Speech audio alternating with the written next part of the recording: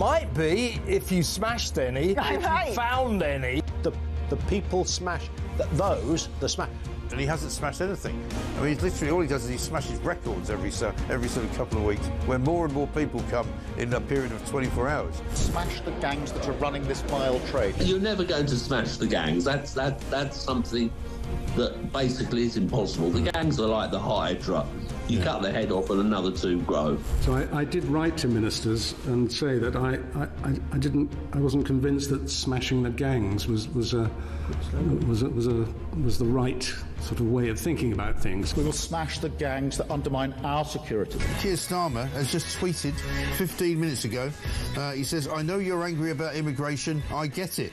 We will smash the people smuggling gangs at source." Maybe I'll just read it all in his accent, shall I? There is no return to freedom of movement. We have left the EU. I do not accept that prevents us working with other police units here, with prosecutors here, to smash the gangs. Well, I'm sure the smuggling gangs are absolutely quaking in their boots now. Keir Starmer's on their case. Solving this issue, smashing the gangs, is that the impossible dream, Tom? It really seems beyond him at the minute, I have to say. We're going to get the evil people smugglers and we're going to smash them and we're going to put them in jail. That will solve the migrant crisis. Prime Minister Keir Starmer's promise to smash the gangs has resulted in just 5 convictions. Hurrah for operating small boats. So what he really wants to say is that this policy of smashing the gangs is a total and utter disaster. There isn't a cat in hell's chance that it's going to work. You just can't crap. say it. It's crap. That's what he's basically. Across the UK, on DAB+, on your smart speaker, on your smart TV, and on your side. This is Talk.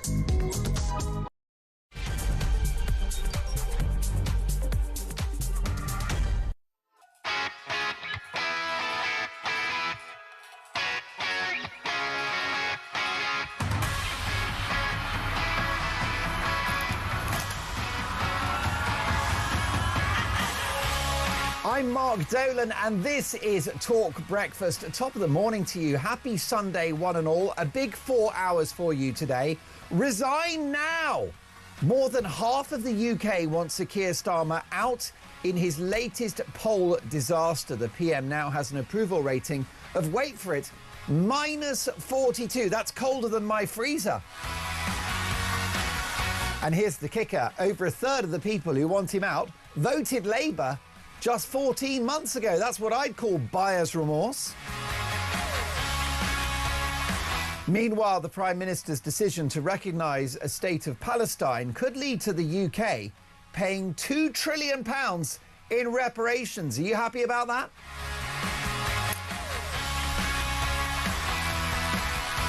And why is he rewarding terrorism? That is patently what this decision involves.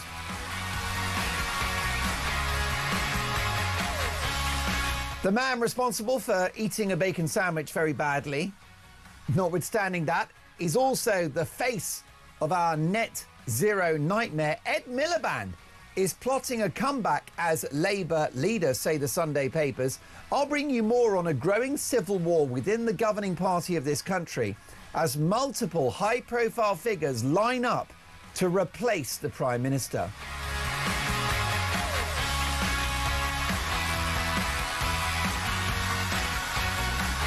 And is Keir Starmer about to introduce digital ID? And do you want it? Let me know what you think. Would a digital ID make us safer? 0344 499 1000. It's being argued that it could tackle illegal immigration. Are you having that?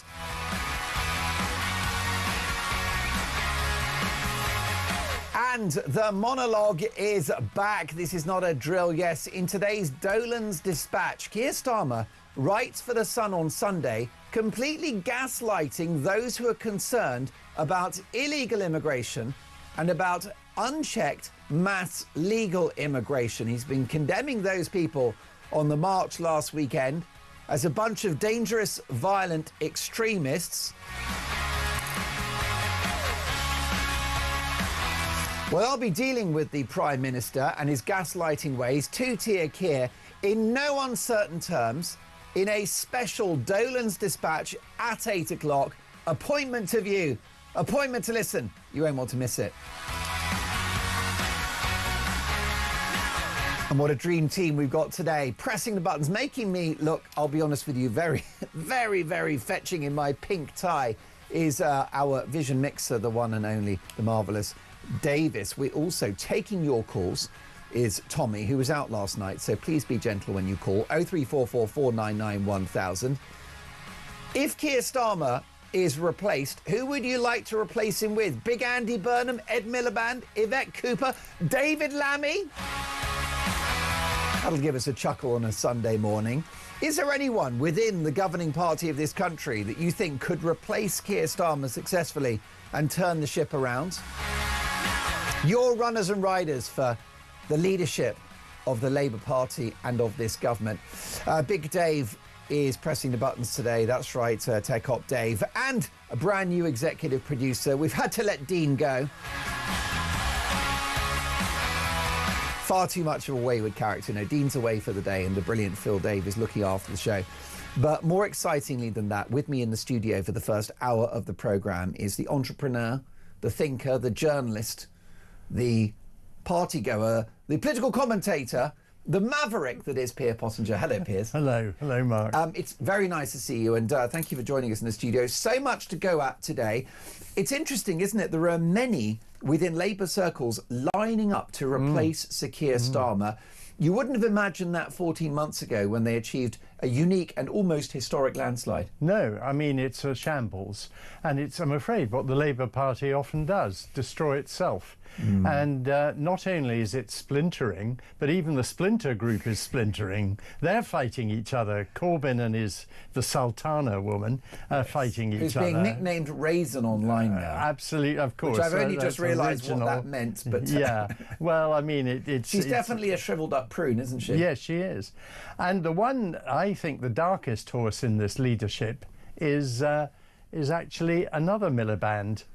David Miliband, who heads up a thing, believe it or not, called International Rescue, which I always thought was Thunderbirds, but is in America, where, of course, like all good socialists, he's earning an enormous sum of money and being ferried around in a chauffeur-driven car in Manhattan. In the direction of $500,000 a year, I believe. Absolutely, and one isn't quite clear what this so-called charity actually does.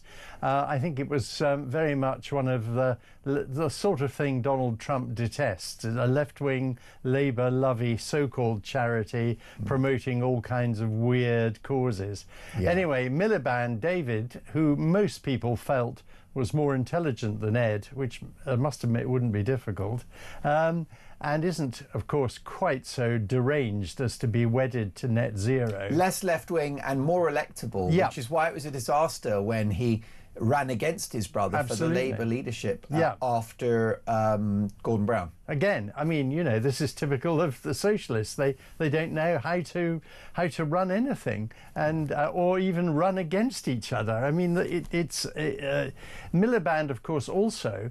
You may have noticed, Mark, because you're very shrewd at this. Well, you're very kind.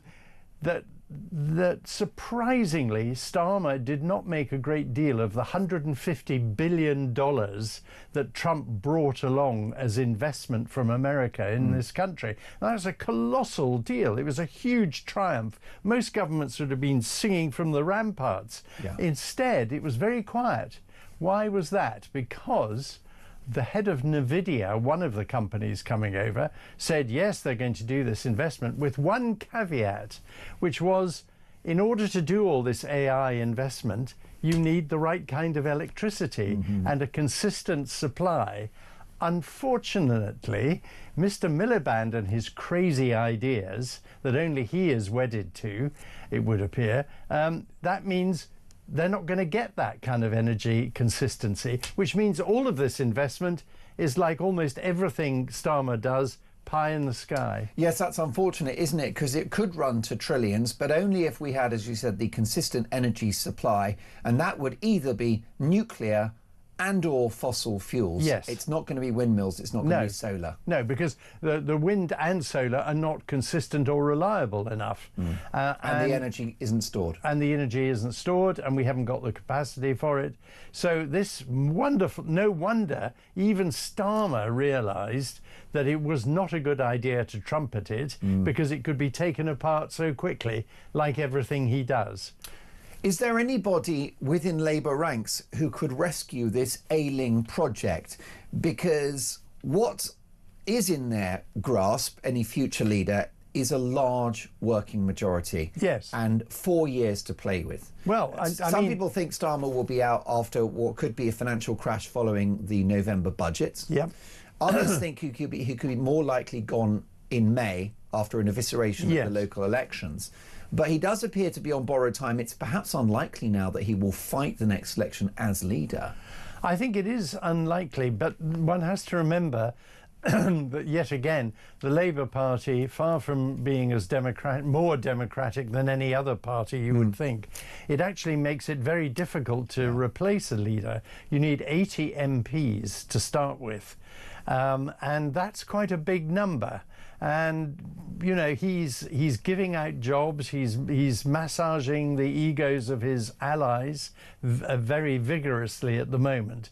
I think it's more likely Morgan McSweeney will go first, and that would certainly rattle Starmer, because his power base in number 10 is reliant on Morgan McSweeney staying there, his chief of staff. I think the only person, strangely enough, who could have saved him and would save the party would have been Angela Rayner. But she's toast at the moment. At the moment. Now, it is rumoured that she's going to start supporting Andy Burnham.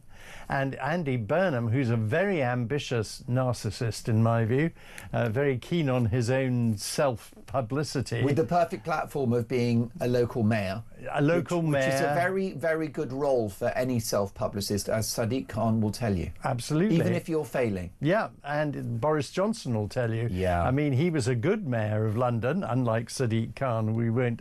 I can hardly bring myself to mention his name. He's so repellent. But I think you'll find that Andy Burnham, who is clearly on manoeuvres in a big way and has always been very ambitious. I think he's made 2 efforts at the leadership already so far. He has. And I don't think actually he will succeed, because even by this lot's standards, he's very, very thin. There's not much substance to him. And I think most of the hard left in the Labour Party know that, and certainly the middle ground know him for what he is, which is a bit of a chancer. Yes, and no one really knows what his values are or principles. I don't think he does. And he probably doesn't either. So you'd be replacing like for like if you were to replace Starmer. Yes. What do you think is the likelihood that Starmer will eventually be forced to move on? I mean, you mentioned the nature of the Labour Party and how they tend to hang on to their leaders, and the arithmetic is a challenge. But beyond that, could things get so bad that his departure is inevitable? Yes. And I think that's where the budget comes in, because it's going to be catastrophic. It's very, very interesting. The most significant thing the government said this week was a complete change. Normally they say we are committed not to increasing taxes for working people. Yeah. What they actually said this week was a change. They said we are committed to keeping taxes for working people as low as possible. Now that, in my parlance, means we're going to raise them. Yeah, exactly. And in fact, they've got to, because they've created, and it's not the previous government, they'll try blaming them, they always do, but this time it's their fault. They've created this mess. Because they've killed growth. They've spiked inflation and the cost of government borrowing. Yeah. I mean, it's what socialists always do. Borrow far too much, spend far too much without any return in productivity, and the numbers don't add up. And in 1976, the so-called prudent Chancellor Dennis Healey went hand in glove to the IMF, the International Monetary Fund, begging them to bail us out, which they had to do. Now, I think that could happen again, and if that happens, then Starmer will have to go. Wow, damning words there from my brilliant studio guest, Piers Pottinger. Next up, and this is an extraordinary story, more migrants are claiming to be modern slaves to try to dodge deportation, with cases rocketing 250% in 4 years. And here's the kicker. They suddenly decide that they're victims of modern slavery the day before the court verdict about their future in this country. We'll debate that next.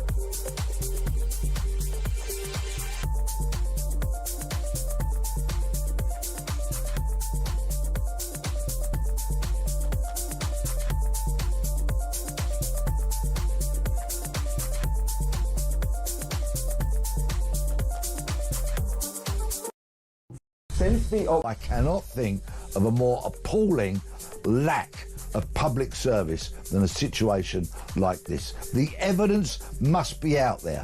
The evidence to justify putting these people on trial for misconduct in public office must be there. But the IOPC weren't looking for it. They bottled it. It's an establishment cover-up, whitewash, and that is why we live now in a low-trust society.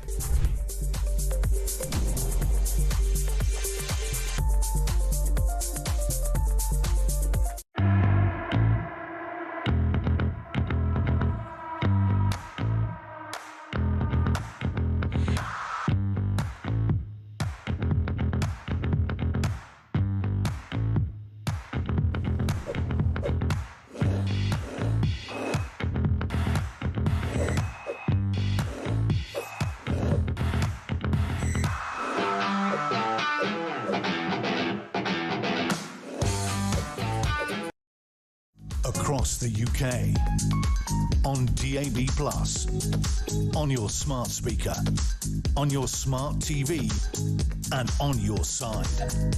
This is Talk.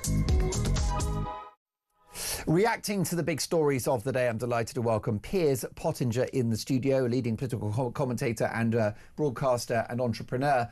So how about this? How the French are making a mockery of Starmer's one-in, one-out deal, and also big concerns about an explosion in the number of migrants claiming to be modern slaves to try to dodge deportation, with cases rocketing 250% in 4 years. With Piers Pottinger, many deciding that they are the victims of modern slavery hours before a verdict about their future is made. I know, it's absolutely insane.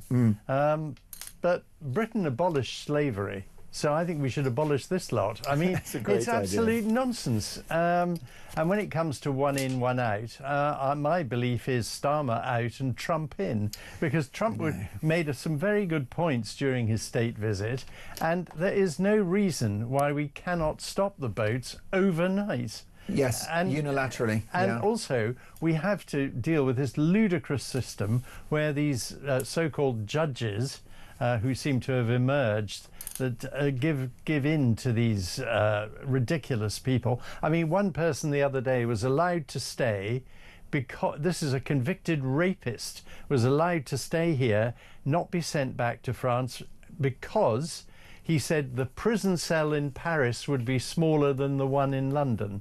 And the judge said, fair enough, you can stay here then.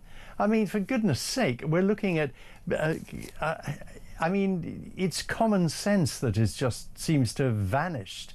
And when you have someone as powerful as the Attorney General, Lord Harmer, Harmer is a better name for him, because he enriched himself, made his fortune as a barrister by representing basically every bad enemy of this country you can think of. People like Jerry Adams, people from Al-Qaeda. I mean, this man seems to be doing everything he can to harm this country, really, instead of defending us, and allowing all these people to claim they're slaves overnight when they haven't been enslaved at all. It's nonsense. It is, and it makes a mockery of the whole system. And it's little wonder that the public is so angry about it. At 8 a.m. in Dolan's dispatch, my monologue, I'll be talking about the fact that Keir Starmer's written in The Sun on Sunday today, arguing that those on the march were extremists, dangerous, violent thugs who were weaponising the flag for their own political ends. Well, there may have been a few bad eggs among the many hundreds of thousands of people in attendance, but as Trevor Phillips pointed out in the Times newspaper last weekend, most of those people were just concerned about the direction of the travel. It was actually a multi-ethnic grouping of people that were on that march last weekend, led by Tommy Robinson, who I will understand and agree is a very divisive character with a criminal past. But most people were marching because they're not happy about what's happening to this country. And if they're gaslit by the Prime Minister and by the Attorney General and others, then this doesn't end well. No, it doesn't. And those people marching, as you quite rightly say, the majority of them were people who care deeply about this country, and there are mercifully millions of people who do. And they're also fed up with a Prime Minister who is prepared to endorse at the same time as prescribing Hamas as terrorists, he actually recognises their country and gives them a huge victory. It's absolutely shocking that. I think Starmer not only is a disaster domestically, but internationally. He's proved himself to be, quite frankly, incompetent on all international affairs.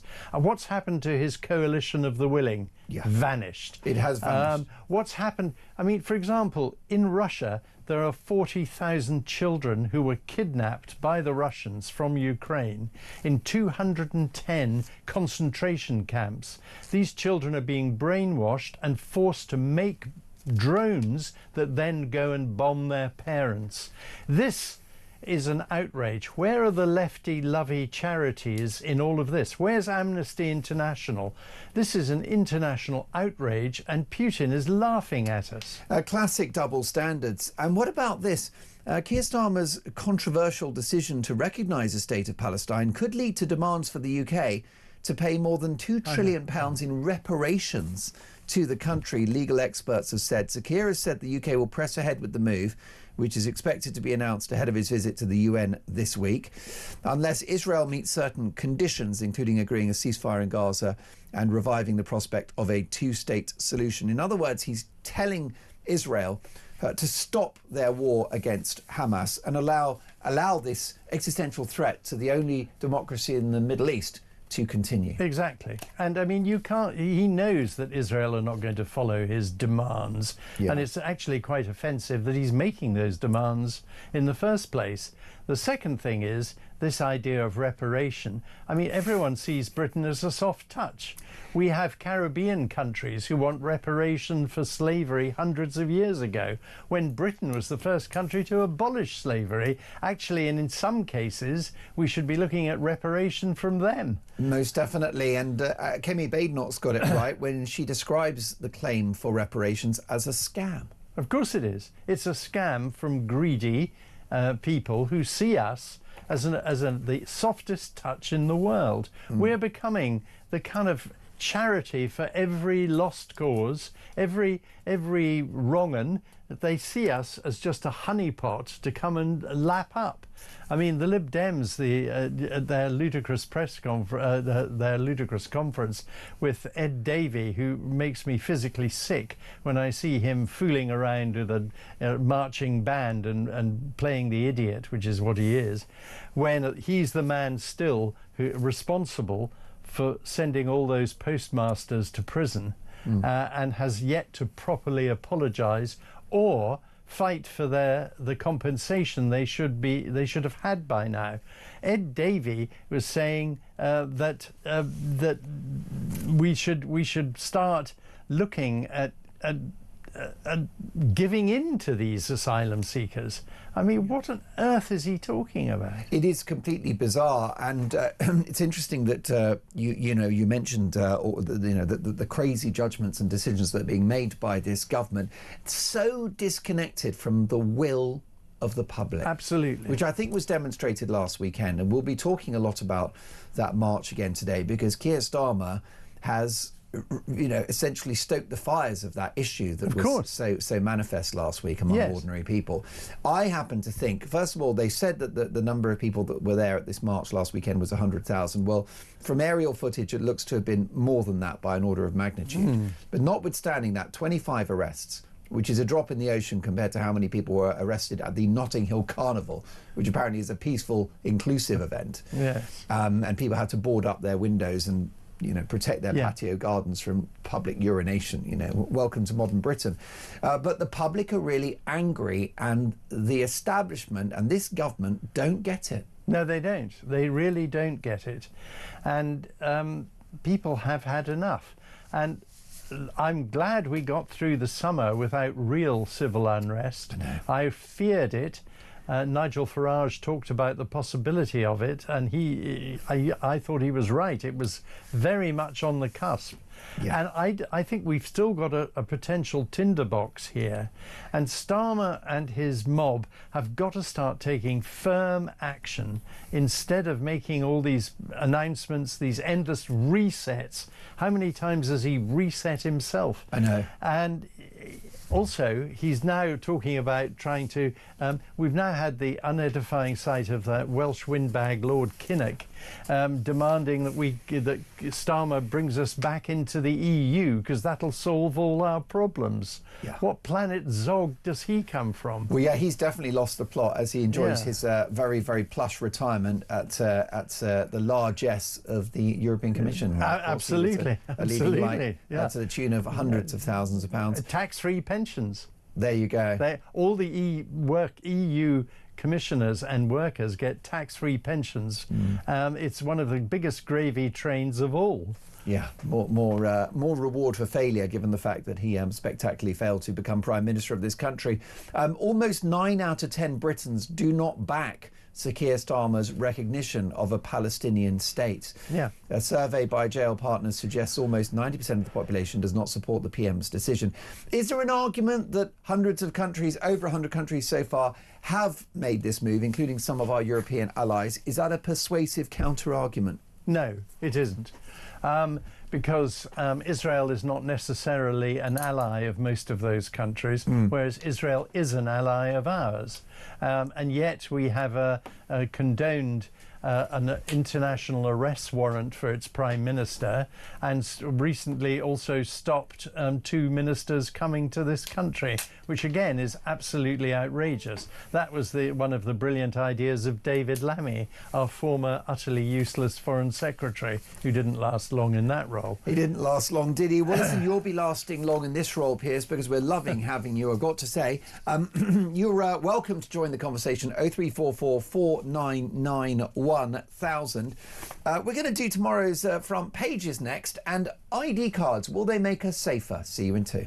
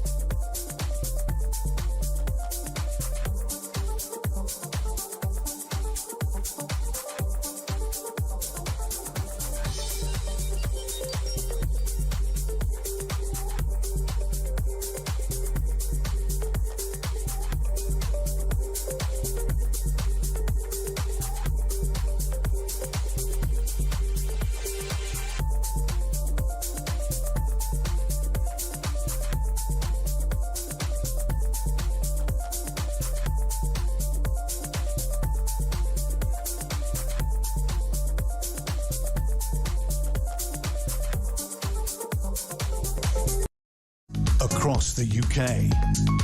On DAB+, on your smart speaker, on your smart TV, and on your side. This is Talk. It's Mark Dolan on Talk. Lovely to have your company. A very big 3.5 hours to come. The Hamiltons at 9 o'clock on the current state of the Tory party. Are they dead in the water? And at 8 a.m, this is not a drill. The monologue is back. Dolan's dispatch and Keir Starmer gaslights a nation over illegal immigration. Well, that was almost poetic, Piers Pottinger. Pam Ayres, eat your heart out. Let's have a look at tomorrow's front pages before I get to your calls. The Sun on Sunday. Exclusive email shock. Fergie in apology to pedo Epstein. Sarah Ferguson sent a grovelling apology to Jeffrey Epstein and hailed him a supreme friend after his release from jail for child sex offences. Prince Andrew's ex-wife emailed the millionaire in 2011, weeks after an interview in which she pledged never to contact him again. Last night, a close pal of Ferguson said she wrote the email at a time when she'd been threatened with legal action by Epstein. Strictly exclusive. Tom Wife.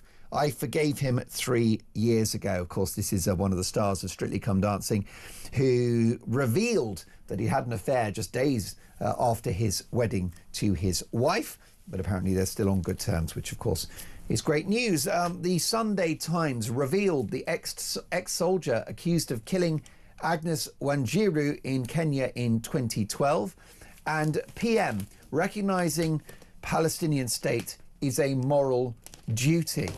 It's like reading The Guardian these days. Recognise that paper, I've got to say. How about this? The Mail on Sunday. Fergie's Epstein lies exposed in bombshell email. Sunday Express. Kemi pledges blitz on benefits, but the triple lock is safe with the Tories. The Observer, the actual state of Palestine, reporting from that paper on the ongoing war in Gaza. Sunday Mirror now, Ghislaine Maxwell exclusive, the jail VIP. Ghislaine Maxwell is seen for the first time in the cushy US jail, where she was moved after praising Donald Trump. The child sex trafficker, paedophile Jeffrey Epstein's ex, enjoys yoga in the prison, which victims say is like a country club. And last but not least, the Sunday People, star Lily, I'm the new Sly Stallone. Lily James revealing the fact that she wants to be an action hero, just like Stallone was back in the 1980s. Well, folks, listen, we'll get to your calls now. I'm delighted to say with me in the studio is the political commentator Piers Pottinger. But Carl is in Bradford. Carl, how do you solve a problem like Sir Keir Starmer? Well, I mean, this guy got in on a very small percentage of the vote, and yet he wields so much power, and we can do nothing about it. But the point I wanted to make, Mark, was this, that I believe that this small boat problem will never stop under this government. They'll never stop it because in their liberal mindset, they think they can help the poor of the world and at our expense, just increasing tax after tax just to pay for all this. The benefits bill is going through the roof, and yet nobody ever... You know, what we need is somebody to break down the whole cost, how long they've been on benefits, what skills they've got. Are they got? All we hear is that, they're going to do the jobs the British won't do, but how many British are unemployed? And these people that I know for a fact here in Bradford, there's hundreds that have been here for a few years, and they don't even have to look for work. They've nothing to offer the workforce. You know, it's just never going to stop. I mean, the other day, Trump said, why not use the military? I mean, the French have got an army over 120,000 men. They could spare a few to patrol these beaches if they had any intention of doing anything about it. But they want these people out of their country. That's the bottom line. Clearly, Carl, you're right to say that we are stuck with this government. They have an insuperable majority, which means, Piers Pottinger, stay with us, Carl, it means that notwithstanding who leads the Labour Party, we will have a Labour government most likely for the next 4 years. Yeah, unfortunately we will.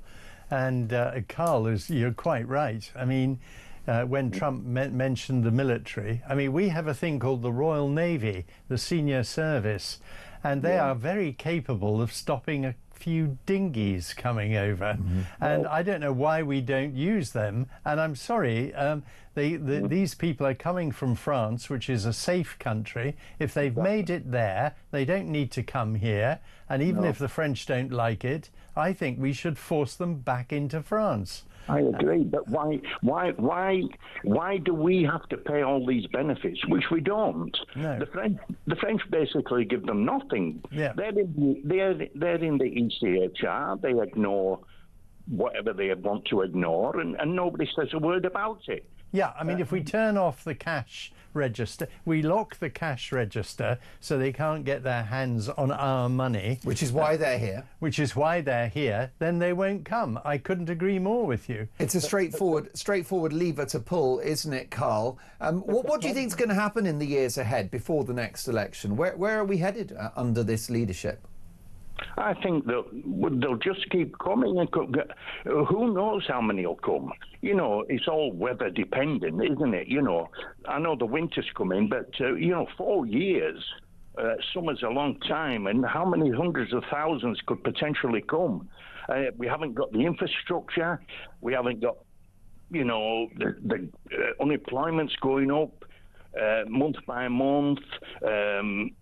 School places, doctors, hospital places, housing, this rubbish about building 1.5 million houses. Can you imagine how many houses that is? 1.5 million. It takes decades to build.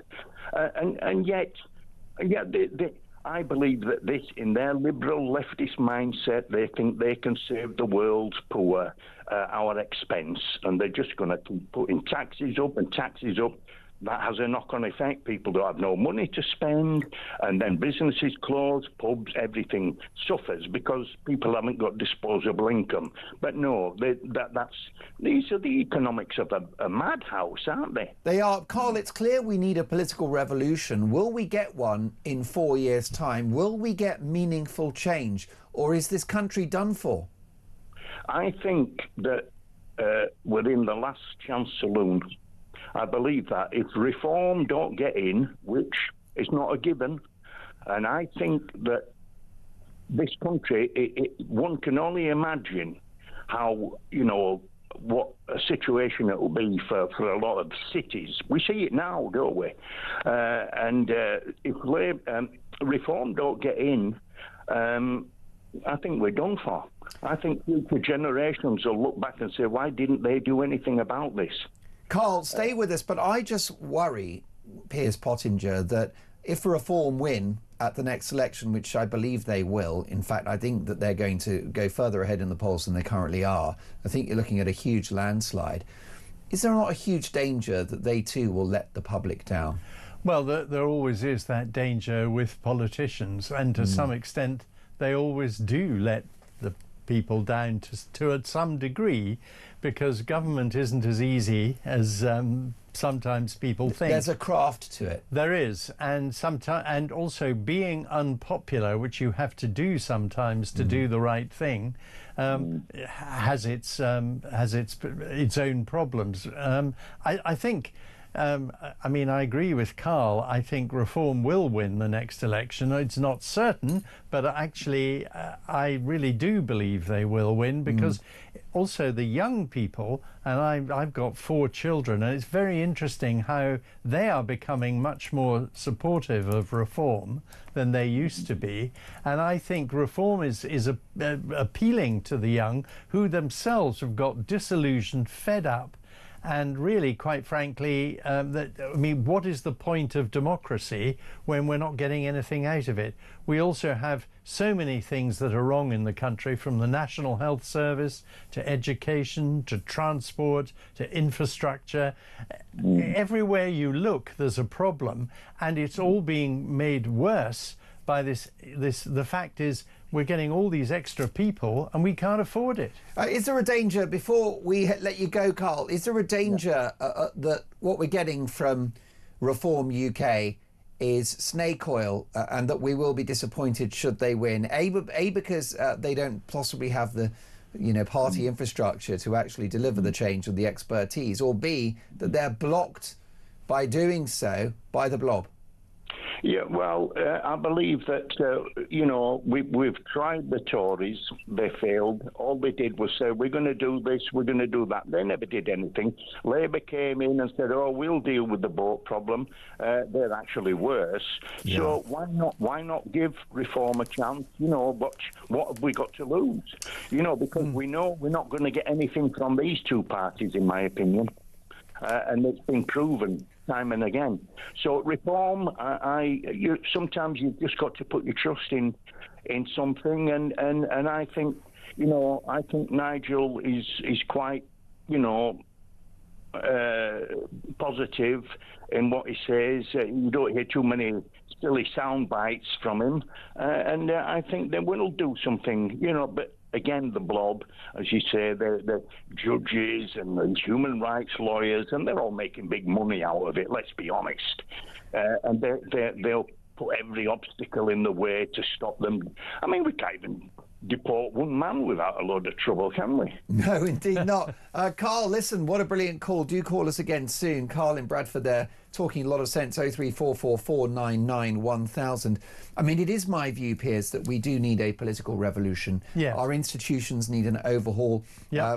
We can't have the bureaucracy and the laws of this country and the treaties to which we've signed up preventing us from policing the very boundaries of this country, something that we successfully did in 2 world wars but have failed to do in peacetime, yes, which is a huge scandal.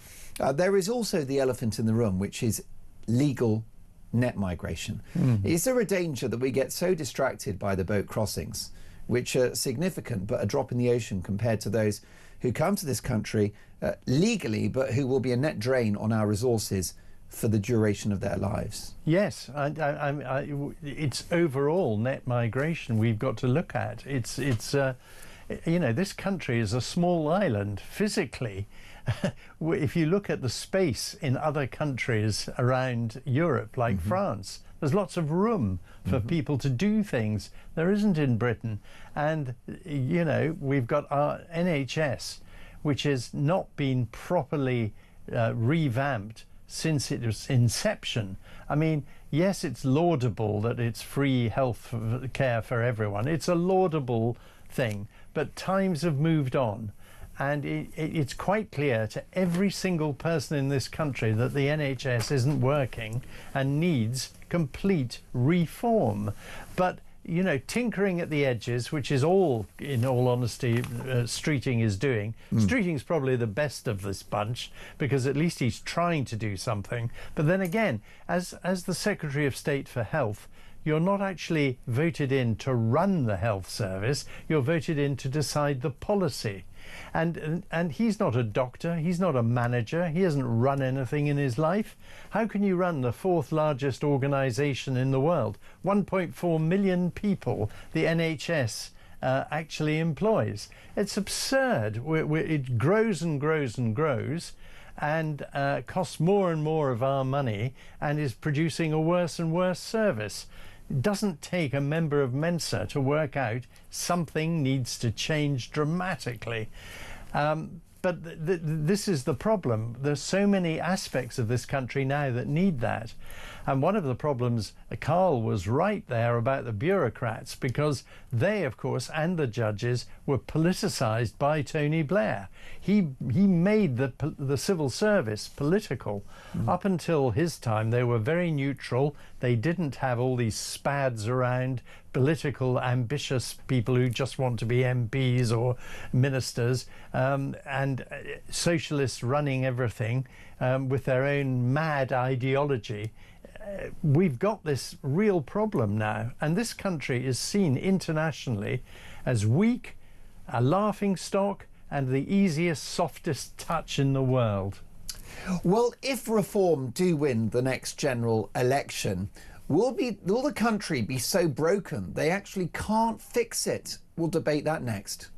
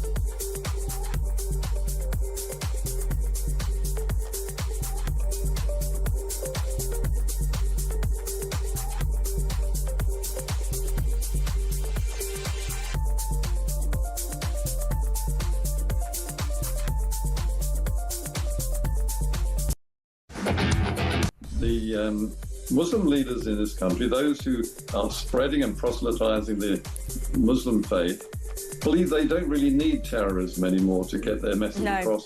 They are doing it through the ballot box and the womb. Exactly. And that is an expression that was accepted by a leading Muslim member of the House of Lords. And this is the problem we face. Yeah. While we sit there like frogs in a saucepan, the water's boiling. In fact, I think we're already hard boiled.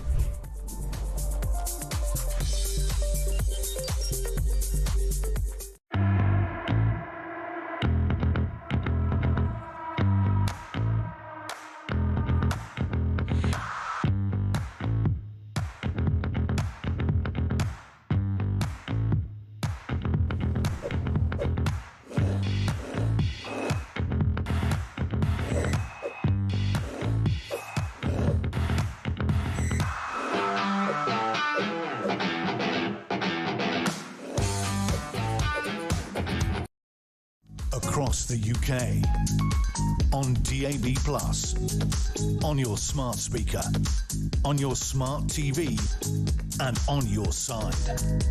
This is Talk.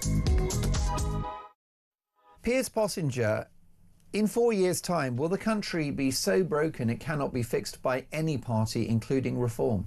Well, I think it's going to be very tricky, whoever takes over, because by then, if they carry on like this, we are going to be really struggling even more than we are now.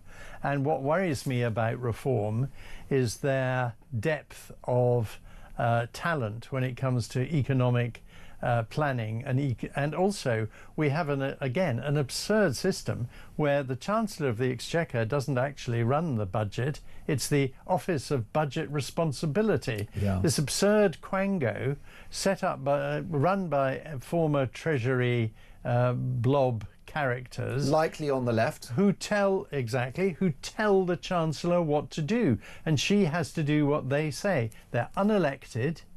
And they have often, in a lot of their predictions this year particularly, been proved entirely wrong. Yes. So they are no good either. They've overestimated growth and underestimated the cost of debt, haven't completely. they? And the scale of debt. Yes, and they have to keep adjusting it every 3 months, everything they do. And they make, actually, the Chancellor's job much worse and much harder, rather than helping. It's a sort of quango who sees itself as intellectually superior to everyone else in the country for no reason at all, because they're not. And the problem with Reform is, where are the great intellectual minds in that party? I mean, Nigel Farage is the best political communicator in the business. There's no question about that. He really knows how to reach and get to people better than anyone else at the moment. Okay, that's good. That's good for winning power. Yeah, but doesn't help you much when you're in power, does it? No. And what are the policies? I mean, the Conservatives are now realising that they've had over a year now and still not come up with any policies. The Lib Dems, who have 72 seats, who should have actually been capitalising on this, have vanished into the lands of the amusement park, where they seem to relish fooling around on water slides. Instead of coming up with campaigns, pressurising the government, taking a leadership position on serious matters, the Lib Dems are a complete waste of time, as everyone knows. So now we've got a situation where, if the Reform does win, and we all hope they do to some extent, they need by then to have a team in place that are really capable of looking at the economy in this country and dealing with it and doing the things that need to be done. And there's a lot of surgery required here. It's major surgery. Do we all hope that Reform will win? Are there not many on the right who still back the Conservatives? I think there are increasingly few. And I'm afraid, I think that Mr. Kruger's defection is the most powerful defection there has been to Reform, because he was the coming man in one of the few coming men in the Conservative Party. One of the big thinkers. One of the real thinkers. He was head of research for the Centre for Policy Studies. He has a good degree in history. He actually understands context. He understands economics. He is actually a really great asset for the Reform Party, and it's, I think, rattled Kemi Badenoch more than any other defections, because all the others have gone. Most of them have no actual seats and are all a bunch of has-beens in the public eye anyway. But this man is of great significance. I know there are other defections on the way. I know particularly in the Lords, where of course there's no reform. Nobody in the Lords is reform at the moment. I know of 3 peers, Conservative peers, 2 senior ones, working Conservative household peers. Name politicians? 1. And if they are actively considering moving, and if they did move, it would be very serious for Kemi, but also helpful to Nigel to have some heavyweights around him, because he needs a bigger, more substantial team to convince the electorate to vote for him. Would Robert Jenrick be the ultimate scalp, and do you think he's considering his position within the Conservative Party at the moment? I think Robert Jenrick sees himself as the successor to Badenoch and is not going to jump ship, because he sees himself. I mean, he is the only one who's out there fighting and actually trying to raise the profile. When you're in opposition, you've got to work very hard to get your voice heard. You've got to try harder, do more. It's a very tiring job. And you also, of course, don't have all the trappings of government, the ministerial cars, all the nice benefits. And so it is tiring, it's hard work. Jenrick, to his credit, is doing that. He's working his socks off, but it's, in my view, entirely aimed at him taking over the leadership. And I think at the moment, if there was a vote today, I think that many people who voted for Badenoch last time round would vote for Jenrick. The other issue for any incoming government in 4 years' time, which, as I've said, I think we both think it's likely that Reform will be the incumbent. We will likely have sky-high debt, enormous interest payments, which at the moment are in excess of £100 billion a year. There'll be no spending power, no financial firepower. Donald Trump was able to roll out a political revolution in America by borrowing many tens of billions of dollars to close the border and to roll out his program. Nigel Farage may not have that at his disposal. No, he won't have. And he's got to work out very carefully, and there will have to be substantial benefit reform. That's what he's got to look at. Big savings. He's going to have to cut, and if he wants to put people on flights and repatriate people overseas, that costs millions. It does. And we also need an inventive political brain and an inventive practical brain.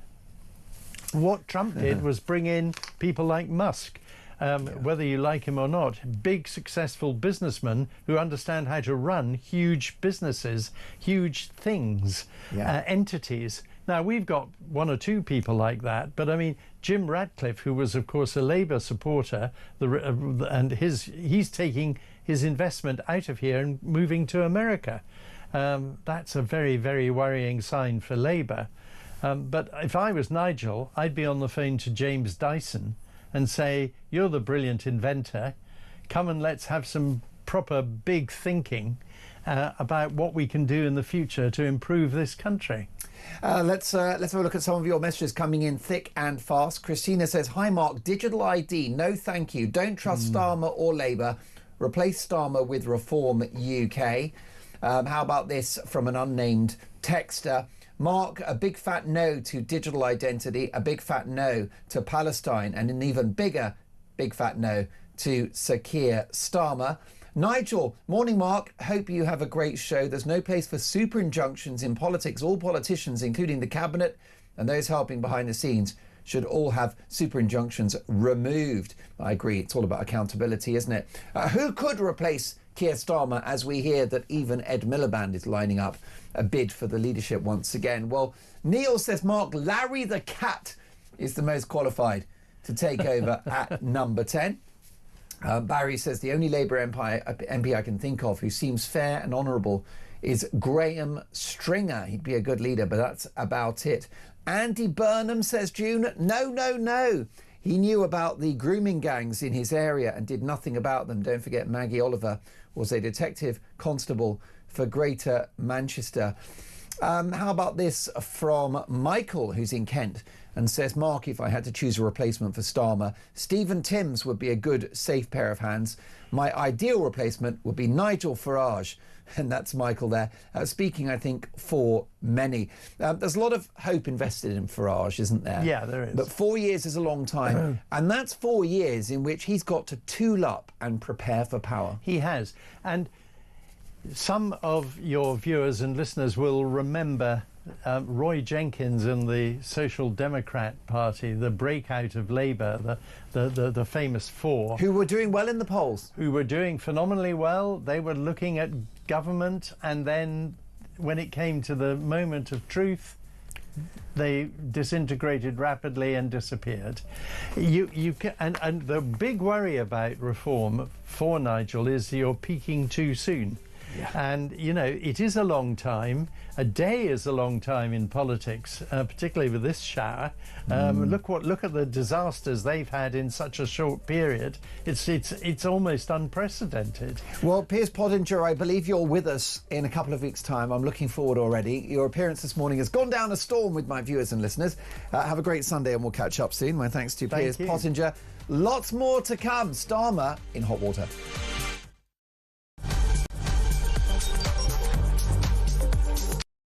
My message to people smugglers is this. I think smashing the gangs is a deterrent. Smash the gangs. Smash the people smuggling gangs. People schmiggling puns. He couldn't even smash an avocado for a piece of toast. Or the people... What would that... The people... I think smashing the gangs is a deterrent. Well, it might be if you smashed any, if you found any. The people smash... The smash... And he hasn't smashed anything.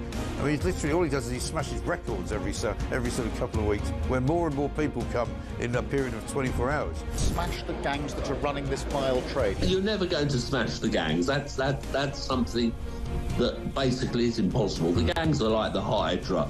You cut the head off and another two grow. So I did write to ministers and say that I wasn't convinced that smashing the gangs was the right sort of way of thinking about things. We will smash the gangs that undermine our security. Keir Starmer has just tweeted 15 minutes ago. He says, I know you're angry about immigration. I get it.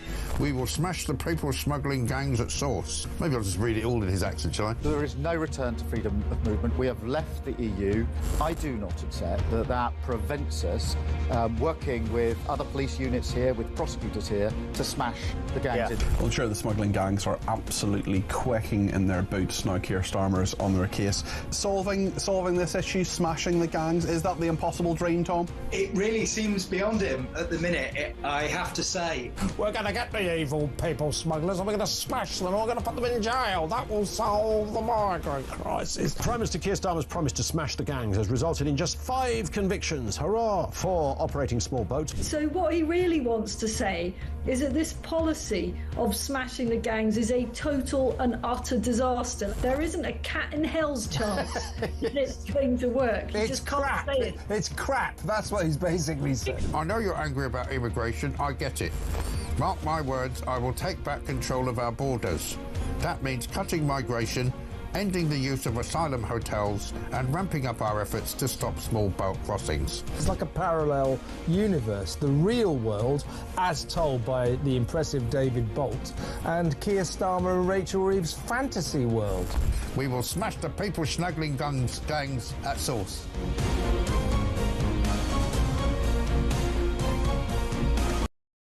Across the UK, on DAB+, on your smart speaker, on your smart TV, and on your side. This is Talk.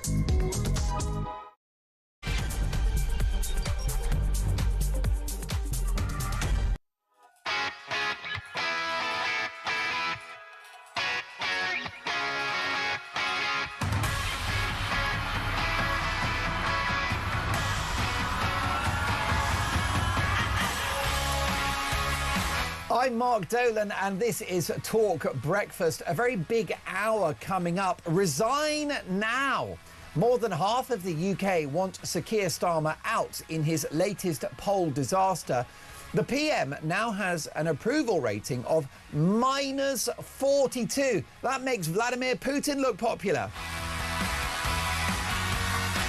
Over a third of the people who want him out voted Labour just 14 months ago. Meanwhile, his decision to recognise a state of Palestine could lead to the UK paying £2 trillion in reparations.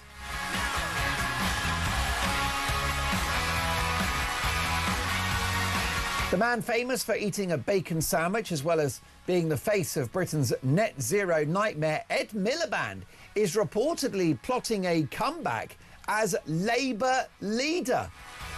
Well, I'll bring you more on a growing civil war within the governing party of this country as multiple high-profile figures line up to replace the Prime Minister. Is there anyone from the Labour movement that you'd like to see in number 10? 0344 499 1000.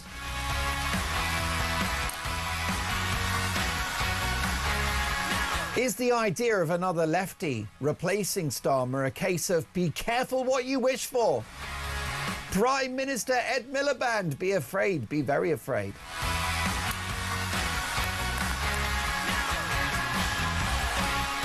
And is the Prime Minister about to introduce digital ID? And do you want it? We're being told it'll make us safer. But is it simply an attack on our basic freedoms? Let me know. 0344 499 1000. Text the word talk and your message to 87222. My priority for the next 3 hours is to get your opinions on the radio, on TV. This is Talk. We're on YouTube, we're online, we're on the wireless, we're everywhere. And this is not a drill. The monologue is back in today's Dolan's Dispatch. Sir Keir Starmer, the Prime Minister, gaslights a nation about the huge public anger in regard to illegal and legal net migration. He's characterised those people on the march last weekend as a bunch of violent extremists. Yes, there were some nasty characters there, but with 25 arrests, but hundreds of thousands in attendance, it's quite clear the tip of the iceberg in terms of public fury about the direction of travel of this country. I'll be dealing with the Prime Minister in no uncertain terms in a special Dolan's Dispatch at 8 a.m. You won't want to miss it.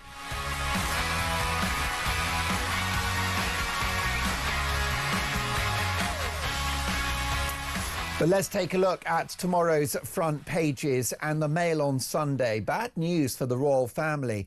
Fergie's Epstein lies exposed in bombshell email. This is a world exclusive. A bombshell email obtained by the Mail on Sunday has revealed how the Duchess of York cynically lied when she pledged to cut ties with paedophile Jeffrey Epstein. Just weeks after publicly disowning the vile billionaire, Sarah Ferguson wrote him a gushing private message calling him a, and I quote, steadfast, generous and supreme friend, and admitting she only distanced herself from him to save her own reputation. Sunday Express. Kemi pledges blitz on benefits. Pensioners must not be stripped of the triple lock, which protects them from poverty, but benefits cash should be taken away from people who do not deserve help, according to the leader of the opposition, Kemi Badenoch. Sunday People. Star Lily, I'm the new Sly Stallone. This is, of course, the famous actress who wants to be an action star of the 21st century in the mould of Sly Stallone back in the 1980s.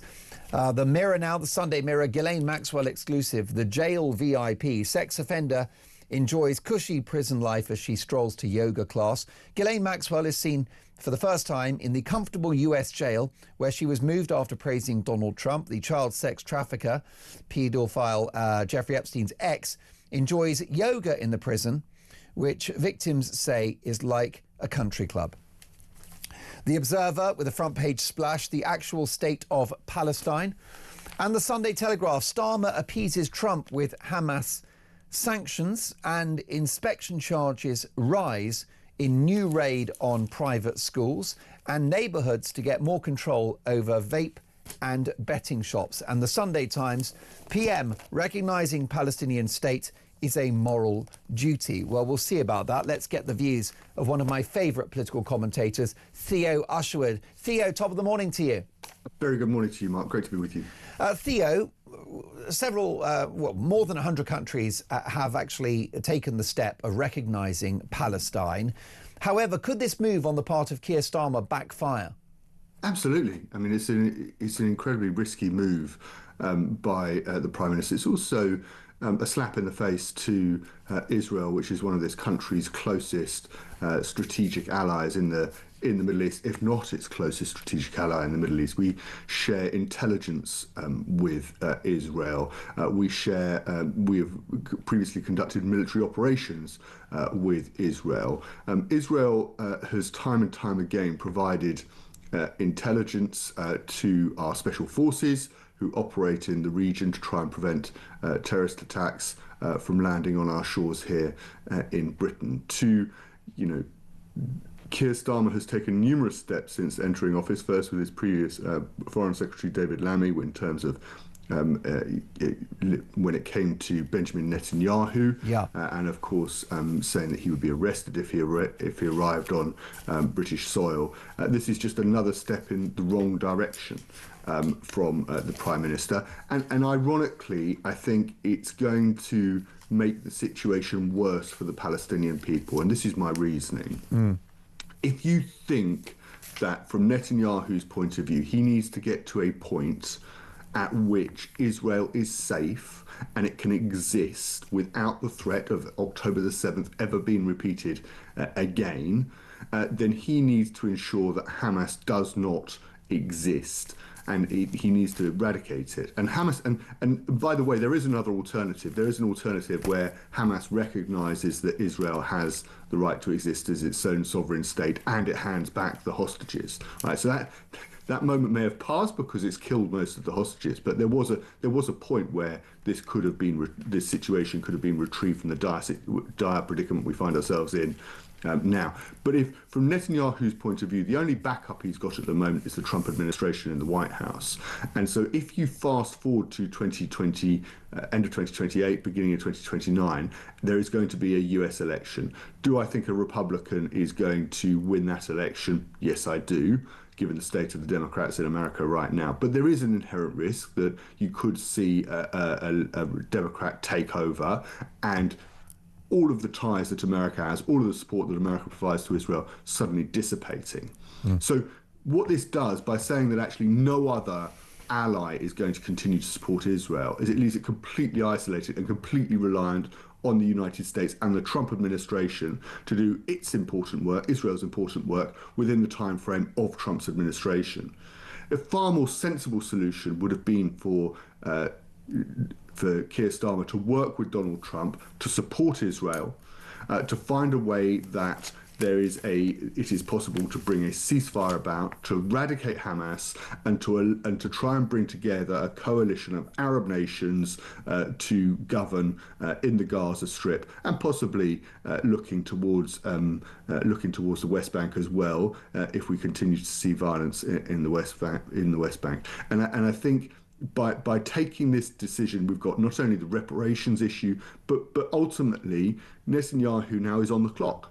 He needs to get this. He's on the clock to do everything that he needs to do within Donald Trump's administration in the White House. And remember, of course, I know there's speculation that President Trump could try and go for a third term, an unprecedented third term. But the reality is that there is going to be a new president after 2028, and Netanyahu needs to get the job done. And that means that, what was his reaction, Mark?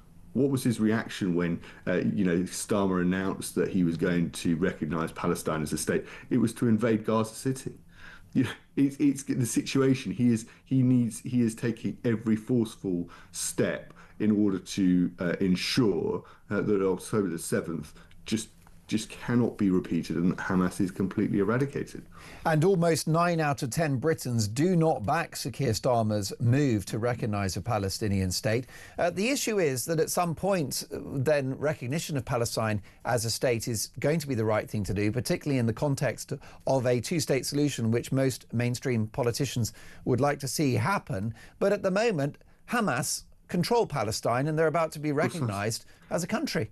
And it rewards Hamas. It rewards what they did, the appalling atrocities that they committed on October the 7th. It's a reward for terrorism. Yes, people support a state of Palestine, but a state of Palestine comes with the trappings of a police force, a health ministry, an intelligence service, an army. How on earth can Israel be reasonably expected to accept all of those things when it comes under the control of Hamas? I would have thought that there would be a way to get to a two-state solution, but the first way is to prove with that Gaza can be ruled and governed safely without the existence of Hamas. And if that can happen, and it is possible for it to coexist alongside Israel with a governing force that does not believe in that Israel should be eradicated from the map and does not pledge its destruction at every turn, then I would have thought that if you could do that without all of those, without a Hamas in charge and with a reasonable, well-governed, well-structured entity, a coalition of, as I said, Arab partners, and you could do that for a couple of years and then come back to the table and say, well, actually, having been successful in this process, can we have a look at, recognising Gaza as a state that, on the world stage? Absolutely. But nobody's talking about that. What we're talking about is a terrorist organisation 2 years ago, almost to the day, launching a terrorist attack, murdering people at a music festival, kidnapping teenagers, dragging them back to Gaza, mistreating them, slaughtering them, and then handing back just but a few to Israel, ravished, starved, and beaten. That's what we're rewarding here, and it's completely. If you're sitting in Hamas's shoes, what are you going to do? You're going to turn around and think, well, actually, that worked last time. We got recognised by Britain. Keir Starmer, Lord Herman as Attorney General, they thought that was okay, so we'll do it again. It makes the world a far more dangerous place. Well, I completely agree, and let's not forget that Israel is the only democracy in the Middle East, and we've now turned our backs on them as they battle for their very survival. Writing in The Sun on Sunday, Theo, the Prime Minister has an article headlined "Our Nation's Crossroads." The quote, "There is a dark path of division and decline, toxicity and fear, or there is the patriotic path where every one of us plays our part to renew, restore and rebuild the country we love. That is the path we choose." Now, the context of this is criticism on the part of the Prime Minister about last weekend's Unite Great Britain march, which obviously was led by Tommy Robinson, who is a convicted criminal and a divisive figure. Notwithstanding that, at least 100,000, maybe double that, were in attendance in central London, concerned about the direction of travel of this country. Are they now being gaslit by our own Prime Minister? I think you make a valid point in that. Keir Starmer has suddenly come to the defence of the England of the Union flag and of course St George's Cross, and is making the case now, putting himself head to head with Elon Musk and Tommy Robinson, and it feels late in the day. I agree. It's a week late, isn't it? It's a week late. Yeah, I think I think Keir Starmer. I think there's a lot to talk about flags. There's a lot to talk about disquiet on the streets. There's a lot to talk about, what's happening. The way I see it is actually we're dealing with a really simple, straightforward problem that has caused this anger, and that is we have now found ourselves in a situation, Mark, particularly around the migrant hotels, and we've had migration up at 1 million. All of those things now are you would think that those things are within the Prime Minister's control. He was given advice last week, which he has chosen not to accept from Donald Trump in terms of using the military. I can understand the reasoning for not accepting that advice. But if you end up in a situation where the Prime Minister of this country, the Defence Secretary of this country, the Foreign Secretary, the Home Secretary appear absolutely helpless to stop 1,000 people a day some days arriving in this country to claim asylum, to claim a hotel, to claim food, accommodation, and then work illegally at the same time as the sun is exposed on numerous occasions, at the same time that so many of your viewers are struggling to make ends meet, to pay their bills, to even take, to buy their kids a birthday present, to even take their wife or their spouse or out for a birthday dinner. It is inevitable that you are going to see the likes of Elon Musk and Tommy Robinson prosper. And I think the answer to this is always politics, and we're going to come on in a moment to Keir Starmer's popularity ratings. Yeah. And of course the rise of Reform and Nigel Farage. But I always believe, if you're asking me about my own personal beliefs, I always believe in politics. And I believe in democracy, and I believe in the ballot box. Keir Starmer has, Labour got 5 years. I don't think it will last as long as 5 years. I think it will be considerably shorter, this Labour government. But I do believe that, yes, you can protest within the bounds of the law, but ultimately, if you want change, at the moment, there is an alternative. Reform is doing very well in the polls. I'm not carrying a candle for them, but if you're one of these people who are saying, actually, my community has been affected, I don't feel safe at this particular time, there is a political alternative out there, and it's up for Reform to make the argument that they are the political alternative, and it's up to Labour to say, well, actually, in the remaining years that we have in office, we can fix this problem. And I think Keir Starmer should worry less about the flags and more about dealing with particularly the illegal immigration problem, because crowing that you've managed to deport 3 migrants on your one-in, one-out deal with Emmanuel Macron and the French government at the same time as 1,000 are arriving, I forget which day it is, but there was one day last week when 1,000 arrived in a day, is not going to cut it. Quite the bombshell remark there from Theo Usherwood. The election will not be in 4 years' time. It could be far sooner. When will that be? And who will be Prime Minister at that point? Who will be leading the Labour Party into the next election? We'll debate that next.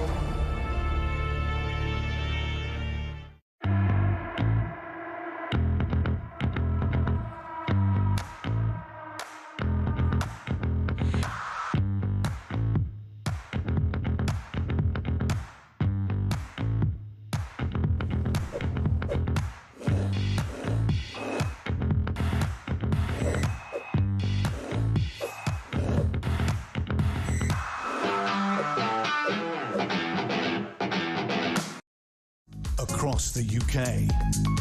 On DAB+, on your smart speaker, on your smart TV, and on your side.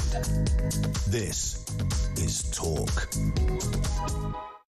So how soon could this government fall? The brilliant Theo Usherwood, political commentator, said it won't go the distance to 4 years. So when will that date happen, and who'll be leading the Labour Party at that point? I'll ask Theo in just a moment. But first, let's get the views of Tristan in Bedford. Hello, Tristan.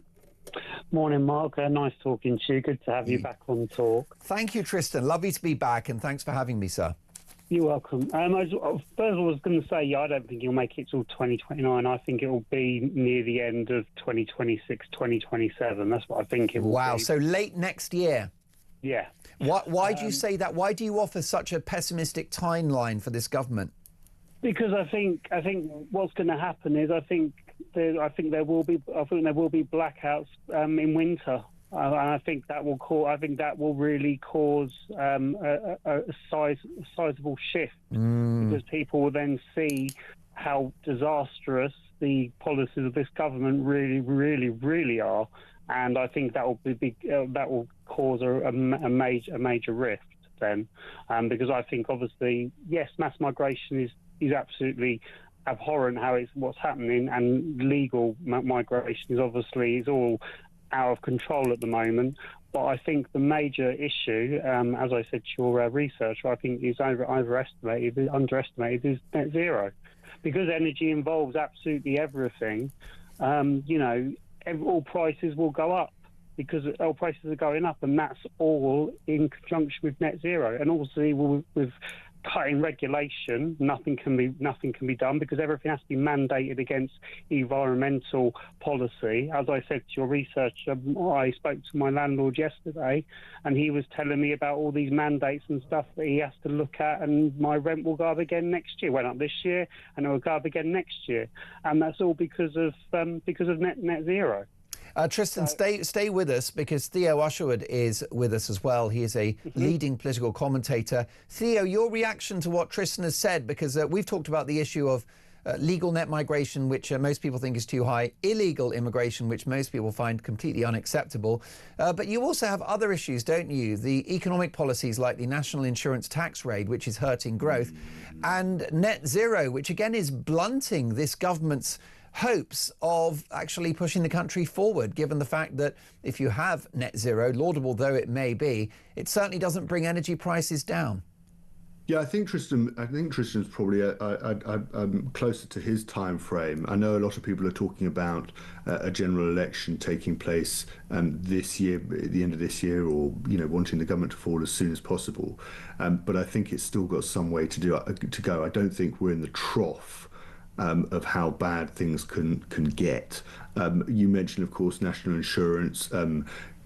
Rachel Reeves, the Chancellor, has got her budget on November the 26th. She's going to have to come back with more tax rises. Why is she going to have to come back with more tax rises? Well, she can't implement spending cuts because her own backbenchers won't let her do that. And of course, tax rises don't stimulate economic growth, because if you're running a business and suddenly your national insurance contributions go up for your employees, you're less likely to take on more people. In fact, you're probably likely to lay people off. We've had the boss of Reed, the recruitment agency, come out and say that he's never known the situation when it comes to hiring to be as dire as it is right now for the last 40 years. Things are going to get, I would predict, considerably worse. Keir Starmer's got the local elections next year. We've got elections in Scotland, we've got elections in Wales. It now almost seems nailed on that for the first time ever, the Labour are going to lose the Welsh Senate in Cardiff. It's likely that, having made progress against the SNP up in Scotland, that's going to be eroded significantly by reform, and that progress is not going to be realised with a Labour First Minister north of the border. And then you've got local elections right across the board, particularly in metropolitan areas, where I think we're going to see the Liberal Democrats, the Greens and left-wing candidates do very well. But can you explain to Tristan, myself and the many watching and listening how a government could fall in a year and a half's time given the size of their majority? So you would think that. So firstly, I don't think Keir Starmer isn't going to lead. The first thing to say is Keir Starmer isn't going to lead Labour into the next election. Wow.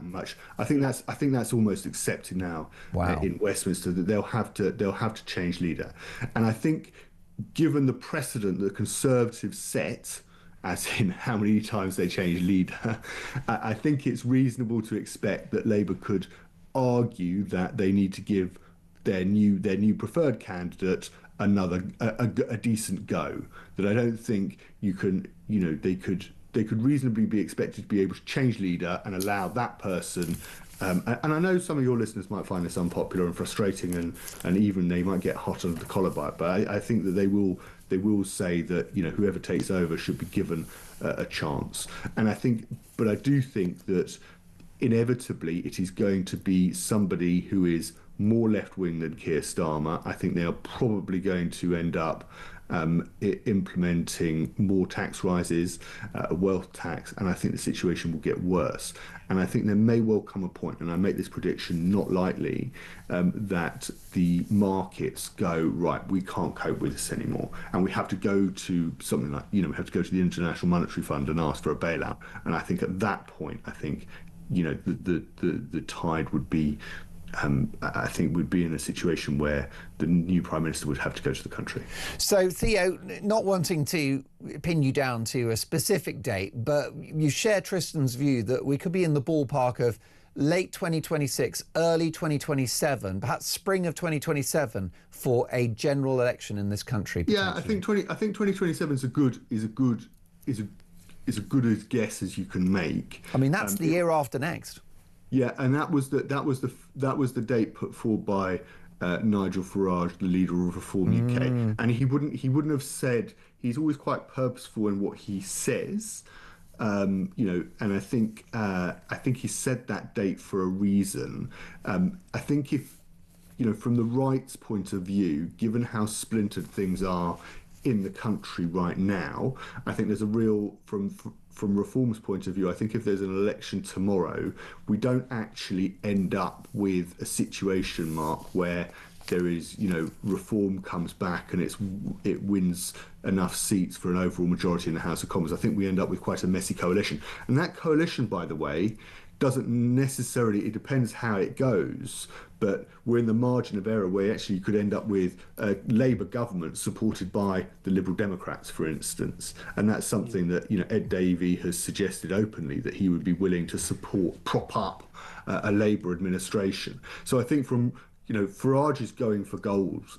Ultimately, he wants an overall majority in the House of Commons, and he wants to be able to implement his policies. And I think given he also understands, and I think those around him, those close to him, also understand that he needs to, in order to be effective, he needs to take this country out of the European Convention on Human Rights. He is going to need a majority. He can't be in a situation where he's compromised in the policies that he can implement because he doesn't command the numbers that he needs in the House of Commons. And I think to that end, he needs to ensure that when Keir Starmer, well, it won't be Keir Starmer, as I said, but when Labour goes to the country, he is facing an almost nailed-on certainty that Reform will come back with being the largest party, not just the largest party, but commanding a majority in the House of Commons. So to that end, I think at the moment at least, whilst I think there are those, in the public sphere who are saying we need an election now, they're just holding, Reform's holding off a little bit. You heard it here first from the highly respected political commentator Theo Usherwood. A potential election in 2027 not led on the part of the Labour Party by Sir Keir Starmer. Theo, thank you for joining us. Last word goes to you, Tristan. Your reaction to what Theo Usherwood had to say, backing your prediction, an election next year or early into the year after. I did want to ask Theo, actually, if there was something sizable, like if there were regular power outages in this winter, would that actually make the Labour situation untenable? Well, I think it would, wouldn't it, Tristan? Wouldn't it be like the winter of discontent on acid? But when would they then? Is it a case of them wanting to have power and control so much, or would they have to sort of bend the knee and then have to call an election early? It's true. I will say that the pressures of net zero on our energy supply and the cost of energy is another major thorn in the side of this government. And Tristan, one completely self-inflicted by the Energy Secretary, Ed Miliband, who, wait for it, Tristan, thinks he's going to be Labour leader again in a few months' time. I know that is a constantly worry. I mean, the other thing is, if you remember, is a lot of businesses have basically said that they wouldn't invest because of the energy balance is not sustainable. Jim Ratcliffe himself refused to invest because he said he didn't like the energy balance, and other companies have also refused to invest because of the situation with the energy situation, because the energy policy. It's the worst in the world, isn't it? Well, it is. You can see that from the fact that we have the highest cost of energy in the G7, Tristan, and the bottom line is it's a race to the bottom. It's economic quicksand, and it makes no sense scientifically. Tristan, call me again soon. Fascinating conversation. Next up, Sir Keir Starmer is, we are told, going to announce digital ID cards for Brits in just days. But will it stop illegal immigration, or will it simply inflict on our freedoms in this country? We'll debate that next.